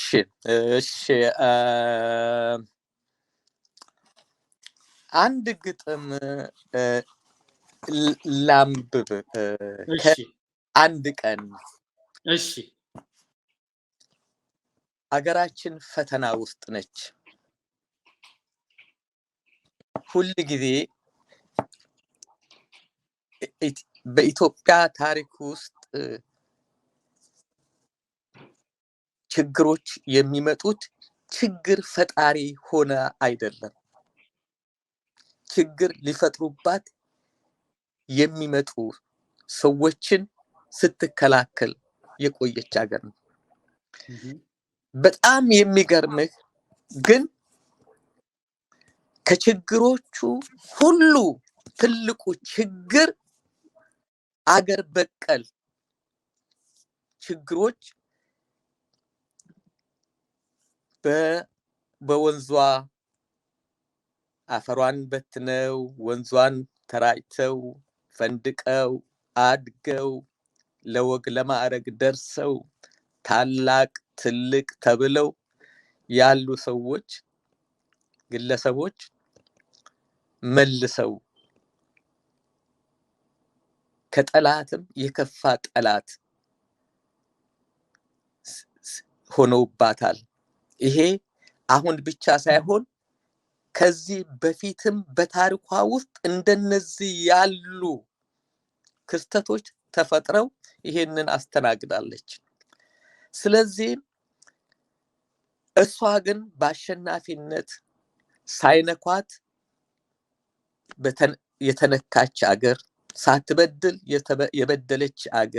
የተበደለች አገር በመሆኗ ፈጣሪዋ ሁሉ ጊዜ ጥላ ከለላ ሆኖ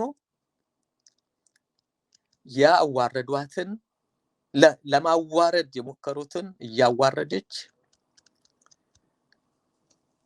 ከድል ወደ ድል ስትሸጋገር እዚህ ደርሳለች።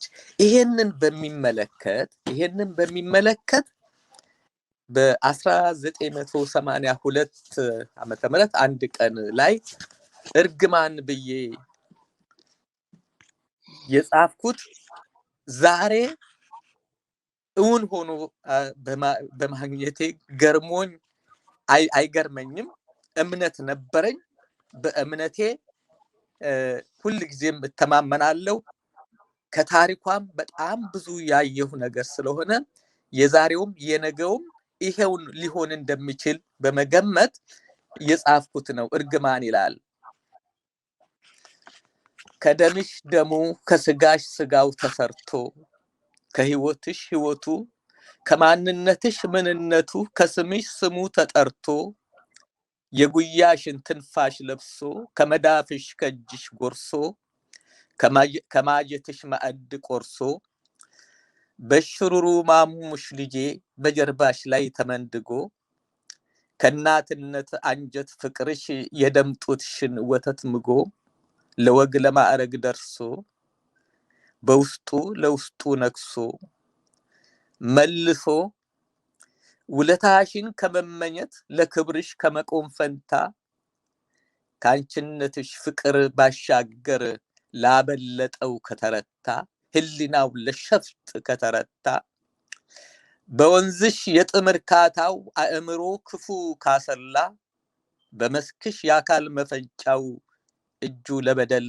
ካደላ አበስት ገበርኩና አንተ አቤት የመኖር አቤት የማየት የመስማት ዕዳ የቀን የዘመን ፍዳ አይጣል ነው እንጂ አይጣል ከዚህ ሌላ ምን ይወጣል ግና ብድሩ ይግባው እንደ ከዳሽ ይከዳ ፍዳሽ ይሁነው ፍዳ ክንድሽ ይታጠፍበት ጡትሽ ቁምን ይውቀሰው እንባሽ እሳት ጎርፍ ሆኖ አካል ገላውን ይግመሰው እንዳሳዘነሽ ሲያዝን ይኑር እንዳስከፋሽ ይከፋ በልፋትሽ እሱ ይልፋ ኑሮ ውሉ ይጥፋበት ካሰበበት ሐሳብ ይታሰብ ባሰበሽ ሐሳብ ይታሰብ እንዳልሆነሽ ሁሉ አይሆነው ስቃይ ለርሱ ይሰባሰብ ለንጋትሽ የጎህ ጀንበል ለምሽትሽ ኮከብ ጨረቃ አጽሙ ለከርሰ ምድርሽ ላፈርሽ ወጋ ይብቃ ብኩን ይሁን ወዙ ይንጣ በኖሮበት ፈቀሬታ በሄደበት አመኔታ አንደበቱ ጣዕሚጣ ስንኩል ይሁን ድኩማን እርግማን ይላል። እርግማን አድማጭ ተመልካቾቻችን ከሻለቃ ክፍሌ አቦቸር አንድ ቀን ከተሰኘው የግጥም መድብል በራሱ ድምጽ የተነበበልን ነው። እርግማን ሻለቃ ክፍሌ ወደ ሙዚቃ ስራዎች ልመለስ። ስለዚህ ስራም በደንብ ታወራኛለህ። ቅድሚያ ሐሳቡን ግልጽ ላድርግ። እኔ እንግዲህ በኢትዮጵያ የመሪዎች ታሪክ ኮሎኔል መንግስቱ ኃይለማርያም ሲነሱ በርካቶች በሳቸው አስተዳደር ዘመን ብዙ ግፍና በደል ተፈጽሞብናል፣ ቤተሰቦቻችን አጥተናል፣ የደረሰብን ስቃይና መከራ ብዙ ነው የሚሉ በርካቶች አሉ። በተቃራኒው ደግሞ የሳቸውን አመራር የሚያደንቁ የሚወዱ የሚያከብሩም አሉ። እዚህ ውስጥ የራሴን አስቀምጬ ልለፍ በቅድሚያ ብዬ ነው። ሻለቃ ክፍሌ ኮሎኔል መንግስቱ በተለየ መልክ የማይበት በተለያየ ጊዜ ገልጫለሁ። ለኔ ሀገሬን ከዘረኝነት ከሌብነት በጸዳ ብሔራዊ ጥቅሟን ሳያስነኩ የኔን ዘመን ቀደም ሲል ያነሳሁት አድዋ የካራማራን ድል በቆራጥ አመራር ለውጤት ያበቁ መሪ እንደሆኑ የሚሰማኝ ስሜት ነው። እንግዲህ ከአብዛኛው ሊለይ ይችላል አይችልም አላቅም። ይሄ ግን የኔ እምነትና ስሜት ነው። ይሄ ካልኩኝ ዘንዳ ሻለቃ ክፍሌ አቦቸር ደግሞ የጭቁኖች ኑሮ ባላደራ ለነጻነት ትግል ጀግናው ተሰማራ ወሳኝ አመራሩ ድል አፈራ የቆራጡ መሪ ፍሬው ጎመራ በሚል ድርሰት ዜማ የለማሞ ግጥም ሻለቃ ክፍሌ አቦቸር ሙዚቃ ቅንብር ዝነኛው ክብር ዘበኛ ወይም የበኋላው አንደኛ ክፍለ ጦር ድምጻይት የመቶ አለቃው ውብሻው ስለሺ እሱን እንገባበዝና ሻለቃ ክፍሌ ማነሳቸው ጥያቄዎች አሉ ታብራራለህ። ዛሬ ውብሻውን እንከታተል። ሰፊው የኢትዮጵያ ሕዝብ ሆይ ታፍራና ተከብራ የኖረችው ኢትዮጵያ ተደፍራለች። የጭቁኖች ኑሮ ባላደራ ለነጻነት ትግል ጀግናው ተሰማራ ወሳኝ አመራሩ ድል አፈራ የቆራጡ መሪ ፍሬው ጎመራ የጭቁኖች ኑሮ ባላደራ ለነጻነት ትግል ሄደ ተሰማራ ወሳኝ አመራሩ ድል አፈራ የቆራጡ መሪ ፍሬው ጎመራ ሀቀኛ ጓዶቹን ከጎኑ አሰልፎ በመራራ ትግሉ አኩሪ ታሪክ ጽፎ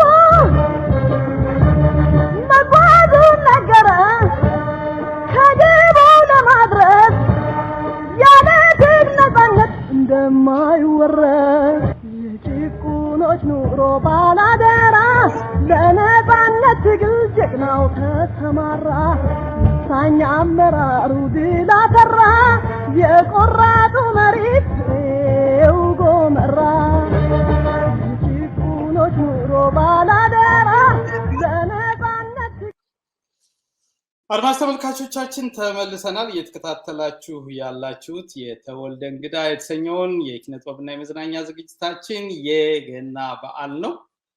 የዛሬ የበዓል እንግዳዬ አንጋፋው የስነ ጽሁፍ ሰው ሻለቃ ክፍሌ አቦቸር ነው። ቀደም ሲል ከሱ ስራዎች መካከል በመቶ አለቃ ውብሻው ስለሺ የተቀነቀነውን የቆራጡ መሪ ፍሬው ጎመራ የተሰኘውን ስራ ነው ተከታትለን የተመለስ ነው። ይህ ስራ ለቀድሞ የኢትዮጵያ ፕሬዝዳንት ኮሎኔል መንግስቱ ኃይለ ማርያም የተቀነቀነ ስራ ነው። ምክንያቱ የተጻፈበት ስሜት ሻለቃ ክፍሌ አውራይ ስለዚህ ስራ። እንግዲህ በግጥም ውስጥ ብዙ የተካተቱ ነገሮች አሉ። የጭቁኖች ኑሮ ባላደራ የሚለው በጣም ብዙ ነገሮች ናቸው። አዎ እውነት ነው። መሬት ላራሹ ተደርግ አድርጓል። ትርፍ ቤቶች ለድሆች እንዲዛወር አድርገዋል። እንደው ከጭቁኖች አኳያ ማለት ነው። አዎ በመሰረተ ትምህርት በርካቶችን ነፃ አውጥተዋል ከመሃይምነት። አዎ መሬት በነፃ አድሏል። በጣም ብዙ ልንጠቅሳቸው የምንችለው ማህበራዊ ጉዳዮች አሉ። መነሻው ለመልካም አፈጻጸሙ ባያምርም መነሻው በጣም መልካም ጅምር የነበረ ነው እና ከዚህ አኳያ በጣም ብዙ ማለት እንችላለን። ነገር ግን በምን ስሜት ነው የሚለውን መልስ ብቻ ልመልስ። እዛ ውስጥ በጣም ብዙ ልንሄዳቸው የምንችላቸው ነገሮች አሉ። እኔ በመጀመሪያ ነገር በብዙ ነገር እንትኖች አሁን በዚህ አንድን መሪ የምለካው በሀገራዊ ጉዳይ ላይ በምጽፍበት ጊዜ ለሀገራዊ አንድነት፣ ታሪክ፣ ባህል፣ ህዝብ ሊኖራቸው የሚኖራቸውን አገራዊ ፍቅርና ተልእኮ አኳያ እያሰብኩኝ ነው። አስተዳደራዊ በደል ውስጥ ሳልገባ በአገር ጉዳይ ላይ በምጽፍበት ጊዜ አሁን በሚስጥሯን ያልገለጸልን ታሪካችን በጣም ብዙ ወደኋላ የሄደ ቢሆንም ከወዲሁ ያልኳቸው በሚስጥሯን ባልገለጸልን መጽሐፍ ውስጥ ከወዲሁ ያልኳቸው ጀግንነታችንም የሚወሳው ጦርነታችንንም የሚነሳው ድላችንም የሚወደሰው ከቴዎድሮስ ጀምሮ ወደዚህ ያለው ነው። ወደዛ አልፈን አናቅም። ይሄ ትውልድ የሚነሳው ከቴዎድሮስ ነው፣ ምኒልክን ነው፣ ዮሐንስን ነው። እንደዚህ እያለ በአገር ጉዳይ ላይ ማለት ነው። እነዚህ በእያንዳንዱ መሪዎች ውስጥ የራሱ የሆነ አስተዳደራዊ ጉድለቶች አሉ። ያ አስተዳደራዊ ጉድለት እና አገራዊ ፍቅርና ወገናዊ ፍቅር ሌሎች በእንደዚህ አይነት በዚህ መልኩ ለሁሉም በአገራዊ ፍቅራቸው ላይ ኢትዮጵያን ለማዳን ባደረጉት ተጋድሎ ላይ ትኩረት እያደረኩ የጻፍኳቸው በጣም ብዙ ነገሮች አሉ። በእርግጥ የጠቀስካቸው ነገሮች አሉ። በጣም ብዙ አስተዳደራዊ በደሎች አሉ። በኮሎኔል መንግስቱ አስተዳደር ውስጥ ተገባን በጣም ብዙ ማንሳት እንችላለን። ብዙ መልካም ነገሮችም አሉ። በጣም ብዙ አስከፊ አሳዛኝ ሁኔታዎችም አሉ።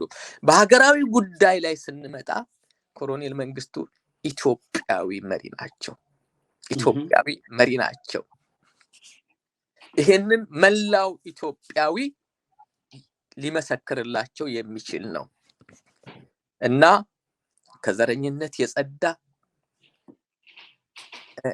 በብዙ ነገሮችን በኢትዮጵያዊነት መስፈርት ማለት ነው። ኤኒዌይ ይሄ የኔ ነው። ይሄ የኔ ለመሪዎች የምሰጠው ቦታ እና ደረጃዎች ናቸው በእኔ አመለካከት በአገራዊ ጉዳይ ላይ በአስተዳደራዊ ሁሉም የራሱ የሆነ በደሎች አሉት ግን ጎልቶ የሚመጣው ጎልቶ ከበደላቸው ልቆ የምናገኘው ግን አገራዊ ስኬታቸው ነው አገራዊ ፍቅራቸው ነው እና እችን አገር ላለማስደፈር የከፈሉት መስዋዕትነት ከበደሉት በላይ ልቆ ለኔ ስለሚታየኝ ነው ለግሌ ሊሆን ይችላል ይሄ ለግሌ አስተሳሰቤ ሊሆን ይችላል anyway ወደ ቆራጡ መሪ ዜማ ስንመጣ ድርሰቱን ነው ያስተካከልኩት እንትና ማነች ውብሻው አው ግማሹንም በግጥም ግማሹንም በስድ ንባብ እንትን ትጽፍና እንዳጋጣሚ ለስራ ጉዳይ ማከላይ ሄጄ ጓድ ክፍሌ ፈልካለሁ አለችኝ እና እችን አስተካክለን እንድትጽፍልኝ ፈለኩኝ አለችኝ አየው አጀማመሩ ግማሹ በእንትን ነው በስድ ንባብ ነው የተጻፈው ግማሹ እና ሐሳቧን አስቀምጣዋለች ስኬቱ ላይ ነው የቀራት ስኬቱ ላይ ነው እና በርግጥ እሷ ካለችው ነገሮችን ወደ ኋላ ከመጀመሪያ አንስቼ እስከ መጨረሻው እንግዲህ ብዙ ድሎች ተገኝተዋል አይ ሰበብ ማግኝተህ ራስም ማለት የፈለከው ብለሃል ባስተካከልኩት ግጥም ላይ የራሴን ያለውና ግጥም አስተካከልኩና ሰጠኋት እና እሷ እንትን አለችውና ሐሳቡ የሷ ነው የሷን ከኔ እይታ ጋራ እሷም ከምትፈልገው ልትገልጽ ምክንያቱም ማስቀመጥ ነው እንጂ ያስቀንተር ያለ ሐሳቧን እዛ ላይ ጽፈዋለች አስቀምጥ ብለዋለች እና ያንን አስተካክዬ ሰጠኋት ነገሩ ዝም ብሎ በኔ ተጠራ እንጂ ያው የሷ ነው የሷ ሐሳብ ነው የሷን ሐሳብ አስተካክዬ ነው እንትን ያልኳት እንደው አዎ ግን የሚገርምሽ አለቃ ክፍሌ አሁን ለምሳሌ ነፍሱን ይማረውና ጋሻየለ ረጅም ጊዜ ግጥሙ መጥቶ ተሰጥቶት ይሄን አንተ ወታደር ቤት ስለነበርክ ታውቀዋለህ ብዙ ስራዎች ግጥሞቻቸው የማን እንደሆኑ ሳይታወቁ ይቆዩና በሆነ አጋጣሚ ነው የሚታወቁትና እሱ ዜማውን ሲሰራ ግጥሙ የማን እንደሆነ አይታወቅም ነበር በኋላ ነው የሻለቃ ክፍሌ ተብሎ የተነገረው እንዳልኩ ሐሳቡ እንዳላት ምኞቱ እንዳሏት እሱ አሁንም አትክድም በነገራችን ላይ የመቶ አለቃ ውብሻው ስለሺ በቅርብ ከ3 ነው ከ4 አመት በፊት ኢንተርቪው ስትደረግም በትክክል የዚህ ሐሳብ አማኝ እንደሆነች አሁንም ማለት ነው በትክክል አምናበት እንደሰራች ወደ ኋላ ሳትል ገልጻለች እንዳልኩ ግን ዞሮ ምን ልል ፈልጌ ነው ቅድም መግቢያ ላይ ካነሳው ነገር አንፃር ማስተካከል ብቻ ሳይሆን እንዳልከው ከሀገራዊ ውጤትና ለሀገር ከተከፈለው ዋጋ አንፃር ጥሩ ስሜት ስላለ እሱን ነገር በአግባቡ አስተካክለዋል ለምን እዚሁ ስንኝ ላይ እንገናኛለን መተማመን እንችላለን ብዬ ነው እኔ በጣም ወደው ስራ ነው እንዳልኩ እኒህን መሪ ሀገሬ ከዘረኝነት ከሌብነት በጸዳ ብሔራዊ ጥቅሟን ሳያስነኩ የኔን ዘመን አድዋ ካራማራን በአመራር ብቃት ለውጤት ስላበቁ የተለየ ስሜት አለኝ ይሄ መቼም የምመሰክረው ነው ለዚህ ነው ይሄንንም ስራ ደጋግሜ ነው የምሰማው በዚህ አሁን በመለው ስንኝ ውስጥ በአግባቡ ገልጻቸዋል ብዬ አስባለሁ ይሄ እንዳልኩ ቅድምም አሁንም ደግሞአለሁ የኔ የግል እምነትና ስሜት ስለሳቸው ያለኝ ስሜት በምስራቅ በደቡብ በሰሜን ምድር ላይ በመሃል ጸረ ህዝብ ቢገል ብዙ ታጋይ እናሸንፋለን አንጠራጠርም ጓዶች በርቷል እንጂ አልተደናገጠም ይላል እንስማው ትግል ጀግናው ተሰማራ ሳኛ አመራሩ ድል አፈራ የቆራጡ መሪ ፍሬው ጎመራ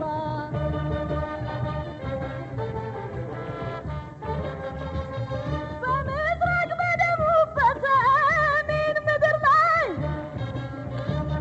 በመሃል ጸረ ህዝብ ይገል ብዙ ታጋይ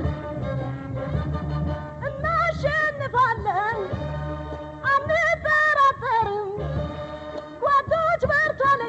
አልተደናገጠም።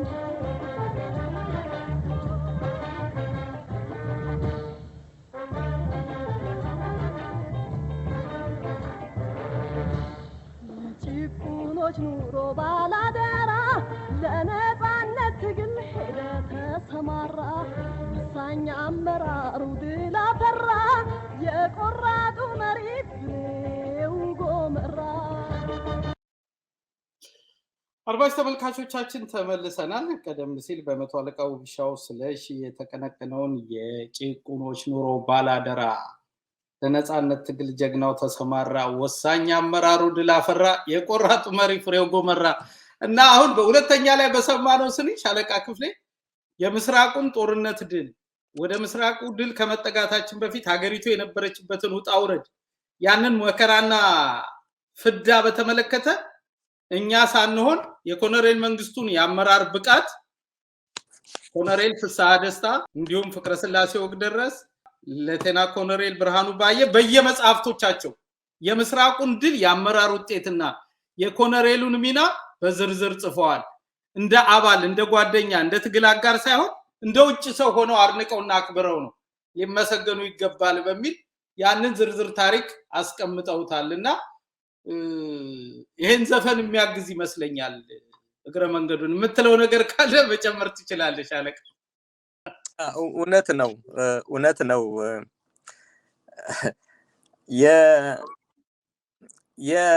የፍጻሜው ያለማማር በጣም ብዙ ነገሮች ማንሳት እንችላለን።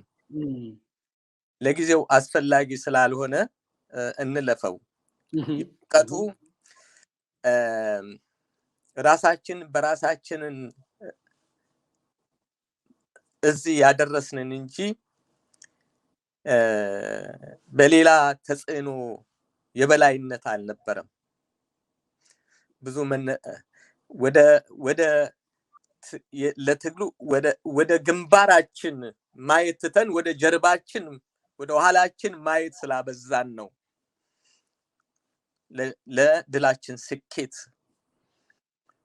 መሟላት ምክንያት የሆነው እና እሱ በራሱ በዝርዝር ውስጥ ነው። ኤኒዌይ እነሱ የገለጹት እውነት ነው። የጋራ አመለካከት ከሌለ ቅንጅት ከሌለ አመራር ብቻ አንድ ሰው አመራር ብቻ ለድል አያበቃም እና ያን ጊዜ የምስራቁ ጉዳይ ሁላችንንም አንድ ያደረገ ወደ ኋላ ማየት ባልጀመርንበት ወቅት ስለነበረ ነው ያሸነፍነው። ትክክል። እስኪ ወደ ሰራዊታችን እንመለስ ሻለቃ ክፍሌ። ቅድም በተለያዩ ስራዎች እንደቃኘ ነው ለሰራዊቱ መስዋዕትነት ለሀገር መሞት ክብር መሆኑን ማስገንዘብ ብቻ ሳይሆን ልክ ቅድም ለድሉ ብትገኙ ብትኖሩ ብለህ ምኞትክን እንደገለጽከው ሁሉ ለሀገር ከወደቁና ከሞቱ በኋላ የኃላፊነት ስሜት የደጀኑ ህዝብ ላይ እንደሚጠበቅ በጣም የሚገርመው እንግዲህ እኔ ባለኝ መረጃ ልታርመኝ ትችላለህ። 1970 ዓመተ ምህረት ለእናት ሀገር ጥሪ ጃን ሜዳ የተዘመ ዜማ ነው። ይህ ዜማ ግን ለትውልድና ለዘመን ተሻጋሪ ሆኖ በዚህ አሁን እኔ እናንተ ባለንበት ወቅትም ይህንን ድልና የጀግንነት ታሪክ በአዲስ መልክ ላስመዘገቡ ቤተሰቦችና ለሀገራቸው መስዋዕት የሆኑ ጀግኖችም አገልግሎት ላይ ውሏል። ይህን ስራ በምን ምክንያት እንዴት ከኃላፊነት ስሜት አንፃር ጀግኖች ሲወድቁ በኃላፊነት ምን ማድረግ እንዳለብን አንተ እንግዲህ ቀደም ብዬ በተቀስኩት በ1970 ነው ያስገነዘብከው። የሰራበትን ምክንያትና ተያያዥ ጉዳዮችን እናነሳለን። ለአገሬ ስታገል ለድንበሯ ተኝቻለሁ እኔ ካፈሯ ስለ ድል ታሪኬ ስታወሱ ቤተሰቦችን ግን እንዳትረሱ። የኢትዮጵያው የሙዚቃ ንጉስ ጥላሁን ገሰሰ ያቀነቀነው ተወዳጅ ዜማ ሰምተነው እንመለስ። እንዳሻለቃ ክፍሌ ስለዚህም ስራ ታወራኛለህ። መልካም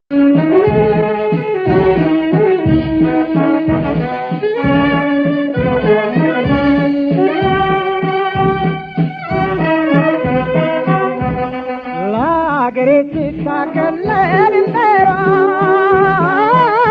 ተኝቻለሁ እኔ ካፈሯ ስለ ድል ታሪኬ ስናቱ ቤተሰቦቼን ግን እናፍርሱ ለአገሬ ስታገል ለድንበሯ ተኝቻለሁ እኔ ካፈሯ ስለ ድል ታሪኬ ስናቱ ቤተሰቦቼን ግን እናፍርሱ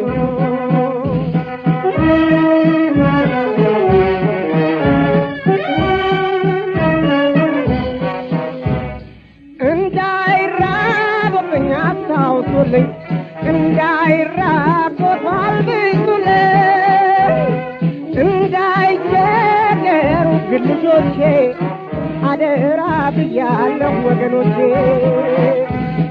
ለአገሬ ስታገል ለድንበሯ ተኝቻለሁ እኔ ካፈሯ ስለ ድል ታሪኬ ስናወራ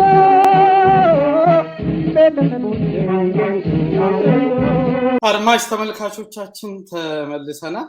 ቀደም ሲል በኢትዮጵያዊ የሙዚቃ ንጉስ ጥላሁን ገሰሰ ለሀገሬ ስታገል ለድንበሯ በሚል ተወዳጅ ስራውን ነው አድምጠን የተመለስነው። ይህ ስራም የሻለቃ ክፍሌ አቦቸር ነው። ቀደም ሲል ዓመተ ምሕረቱንና የተዘፈነበትን ጊዜ ጠቅሻለሁ። ሌላውን ታሪክ ሻለቃ ያወራናል። እስቲ ስለዚህ ስራ ደግሞ አውራኝ ሻለቃ። አዎ እንግዲህ እኔ በምስራቁ ጦርነት እስከ ግንባር ድረስ ተሰልፌያለሁ። በኔ አመራር ስር የፖለቲካ ተማሪዎቼ ዘማቾች ከአጠገቤ ሲወድቁ አይቻለሁ።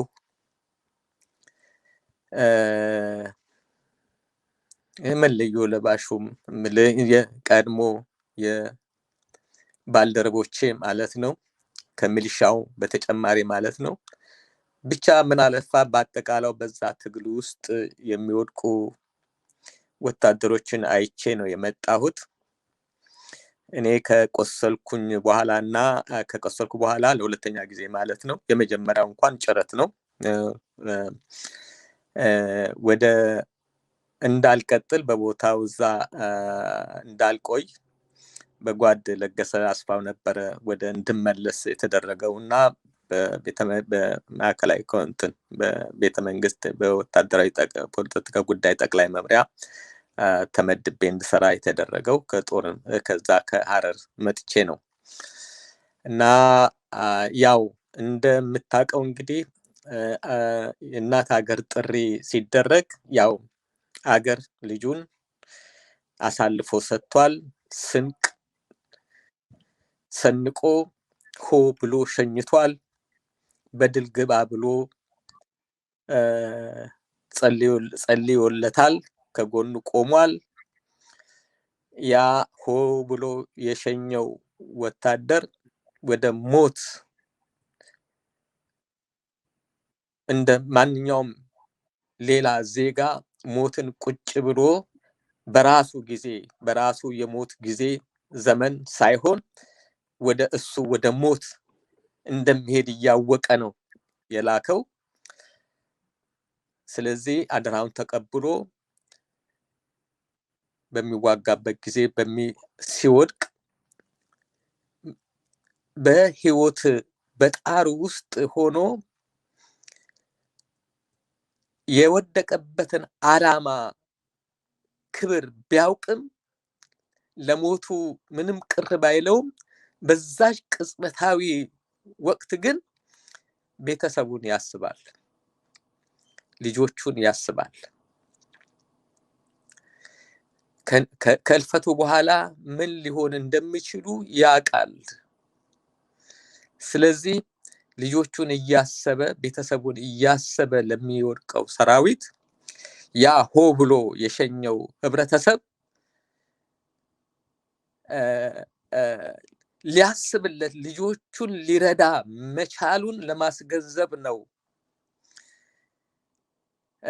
ይህንን ጽሁፍ የጻፍኩት። እንደጠቀስከው የብሔራዊና ሀገር ጥሪ በጃን ሜዳ በተዘጋጀበት ወቅት ላይ እንዲቀርብ የተደረገው እናት ሀገር ጥሪ ማለት ገንዘብ መስጠት ወይም ስንቅ መሰነቅ ብቻ ሳይሆን የላከው ሰራዊት ሲወድቅ ቤተሰቡን እንዲረዳ ለማሳሰብ ነው አስቤ የሰራሁት። ያው ፕሮግራሙ አቀው ስለነበረ እዛ ላይ እንዲያቀርበው ነው ተደርጎ ነው የተሰራው።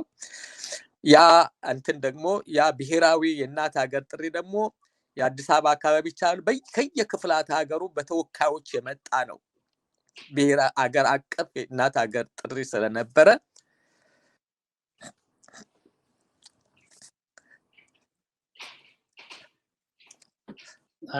አይዞን ሻለቃ በአግባቡ ለጥቅም ላይ ውሏል እኮ በአግባቡ። ያ የመጣው ህዝብ ያንን አደራ እንዲቀበል ይዞ እንዲሄድ ለማድረግ ነው የተሰራው። በእርግጥም ከዛ በኋላ መንግስትም ምልህ የጀግኖች እንትን የጀግኖች አምባም የህፃናት አምባም የተመሰረተው ከዛ በኋላ ነው። ከዛ በፊት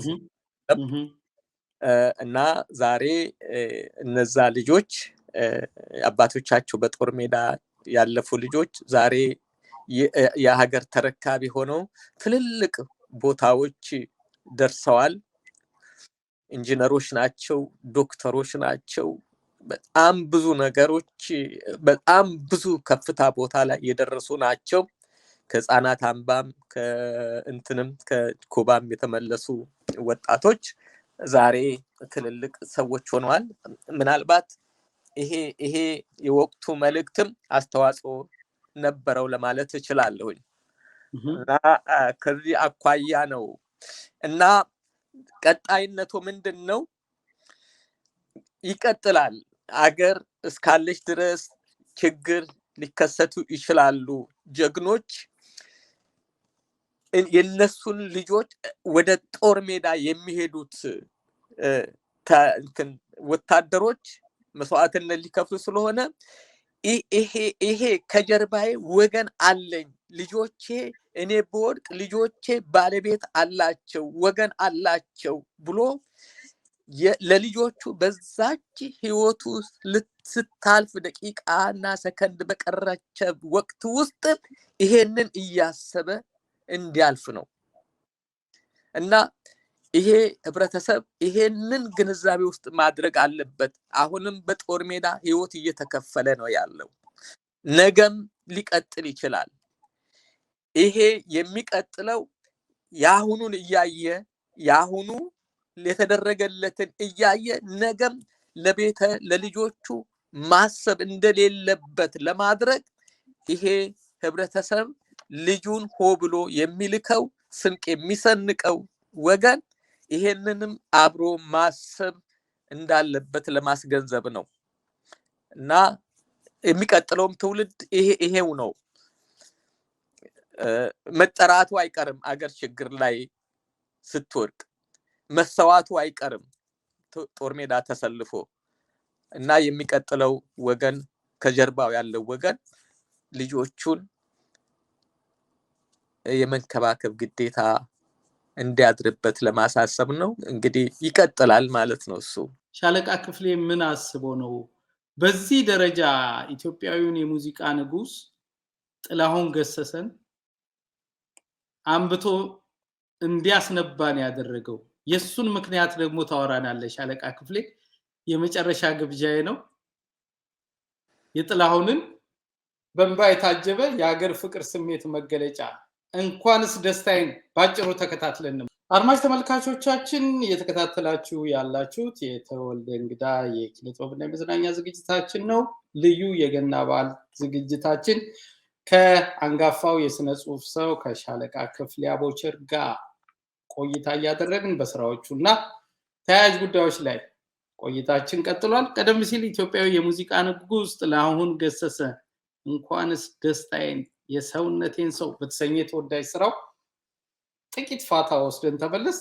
ሻለቃ እስኪ ስለዚህ ዘፈን ደግሞ እንዴት ለምን በምን ምክንያት እንደጻፍከው አውራ።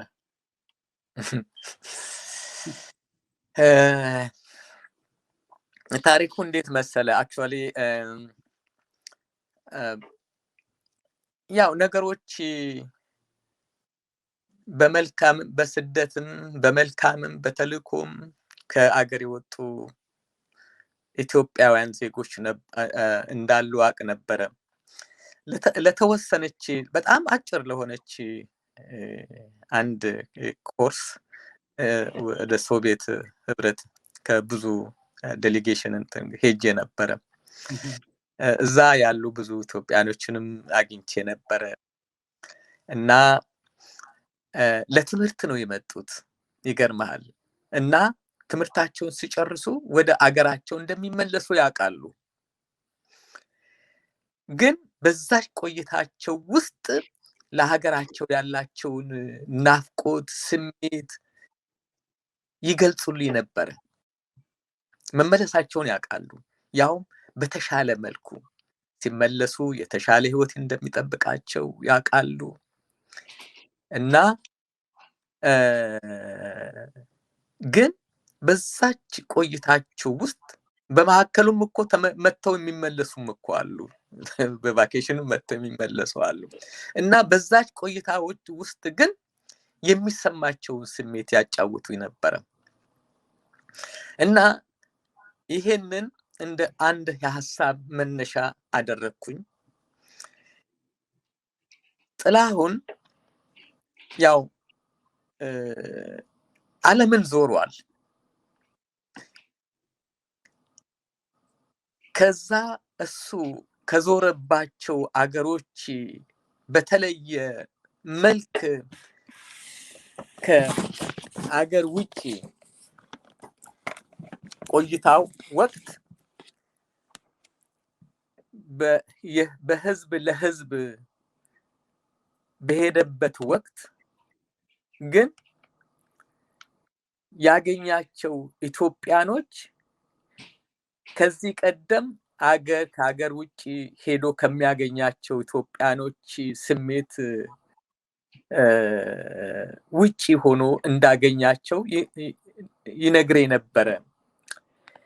እና እነዚህ ልጆች በስደት የሄዱ ናቸው እና አገራቸውን እንደማያገኟት ወይም ደግሞ ተመልሰው የመምጣት እድል እንደሌላቸው በመግለጽ ፍቅራቸውን በሱ በኩል ነበር የሚገልጹት።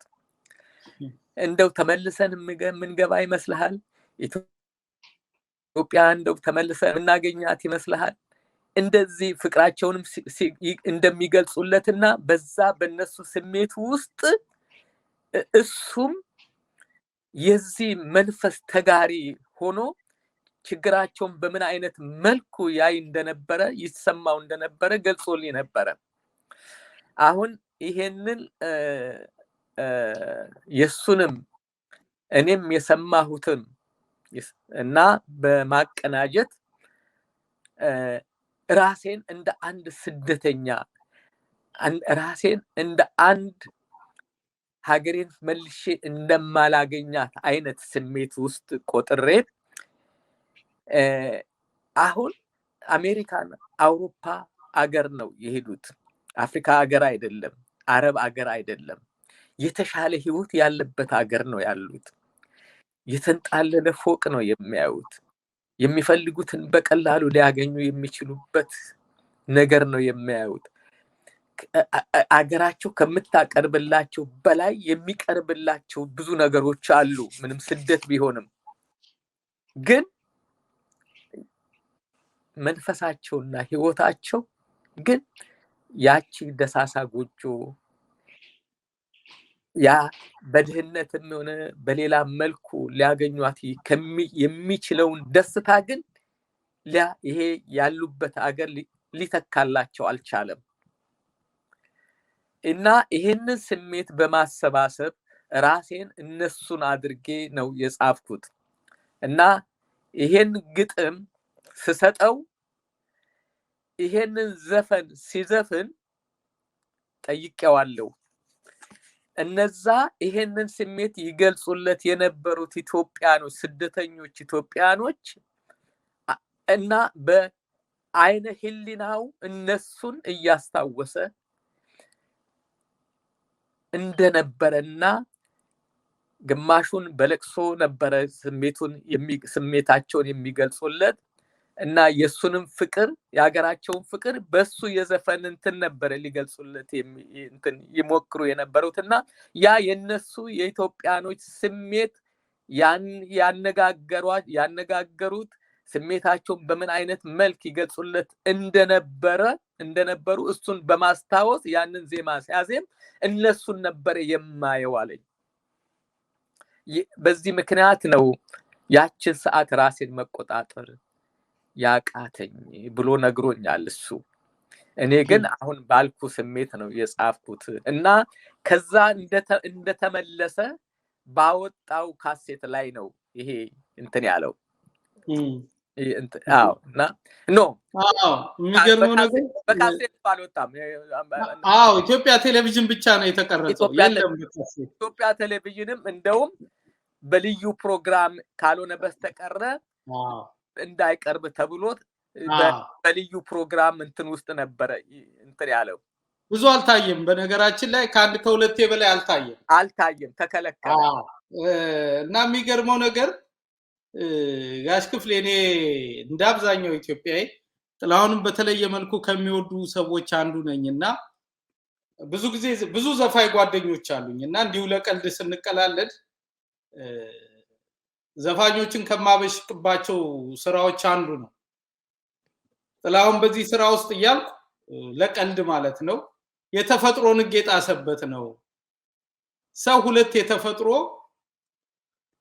ባህሪያትን ባንዴ ማስተናገድ አይችልም ያለቀሰ መስፈን እንዴት እንደቻለ እሱ ግን አሳይቶናል ይያልኩ ቀልድባቸዋለሁ ምክንያቱም የሚያወጣው ድምጽ በጣም ከፍተኛ ድምጽ ነው በጣም በኃይለኛው ነው የሚያለቅሰው ግን ሳግ እንኳን የለውም ወይም ድምጽ ውስጥ የሚረብሽ ለቅሶ ነገር የለውም እና ያን ነገር እንዴት ማረክ ቻለ ይያልኩ አበሽቃቸዋለሁ ለቀልድም ቢሆን የሥራው መልእክትና ስራው እንዳልኩ ወደፊትም ገና ብዙ ምርምር የሚጠይቅ ይመስለኛል በኔ ግልምነት የተካተቱት መልእክቶች ያገሩ እድገትና ብልጽግና እሱ አሁን እንዳልከው ስደተኛው ሰውዬ ይኖርበት ከነበረው ሀገር ጋር ያነጻጸረ ነው ይሄን ባገሬ ካላየው የሚል ቁጭት ነው የሚያስለቅሰው ዛሬ ማየው ተርላ ያለሁበት ዓለም ይያለ ነው የሚገልጸው ነገ በእናት ዓለም እና ብዙ ሐዘንና ቁጭት እንዳለው መልእክቱ በደንብ ማንኛውም ኢትዮጵያ እድሉን ቢያገኝ ደጋግሞ እንዲሰማው መልእክቴን ለማስተላለፍ ወዳለው እንደ ሁሉም ስራዎች የተዋጣና ታሪካዊ ስራና ለዘመን የሚተርፍ ነው ዞሮ ዞሮ አድማጭ ተመልካቾቻችን ዛሬ ገናን በዓል ምክንያት በማድረግ የሻለቃ ክፍሌ አቦጀር አገራዊ ስራዎች ዙሪያ ነው ባጭሩ ቆይታ ስናደርግ የነበረው ሌላ ሰፊ ቀጠሮና ጊዜ ይኖረናል በሁሉም ግጥሞቹ መድብሎቹ ዙሪያ በፍቅር ስራዎቹ ዙሪያ እንዲሁም ባልጠቀስናቸው አገራዊ ስራዎቹ ዙሪያ አንላቀቅም ሌላ እድል እናመቻቻለን ዞሮ ዞሮ የዛሬ ቆይታችን ከሞላ ጎደል ግን ይሄን ይመስል ነበር ሻለቃ ክፍሌ በቅድሚያ ኢትዮጵያ ሰራዊት ባልደረባ ሆነ አገር እንድትኖረን ከባልደረቦቻችሁ ጋር ሆናችሁ በአመራርም በተዋጊነትም በተለያየ መልኩ ዋጋ ለከፈላችሁ የሰራዊታችን አባሎች ዛሬም ትላንትም ነገም በግሌ ፍቅርና አክብሮት አለኝ ስላደረጋችሁልን ሁሉ እናመሰግናለን በተጨማሪ አንተ ደግሞ ላበረከትከው የኪነ ጥበብ ስራና ዋጋ ስራዎችን በመመረመርኩ ቁጥር ሁሌም አክብሮቴና ፍቅሬ እንዳለ ቢሆንም ዛሬ ደግሞ በአደባባይ የበለጠ እንደማመሰግንህና እንደምወድ መግለጽ ፈልጋለሁ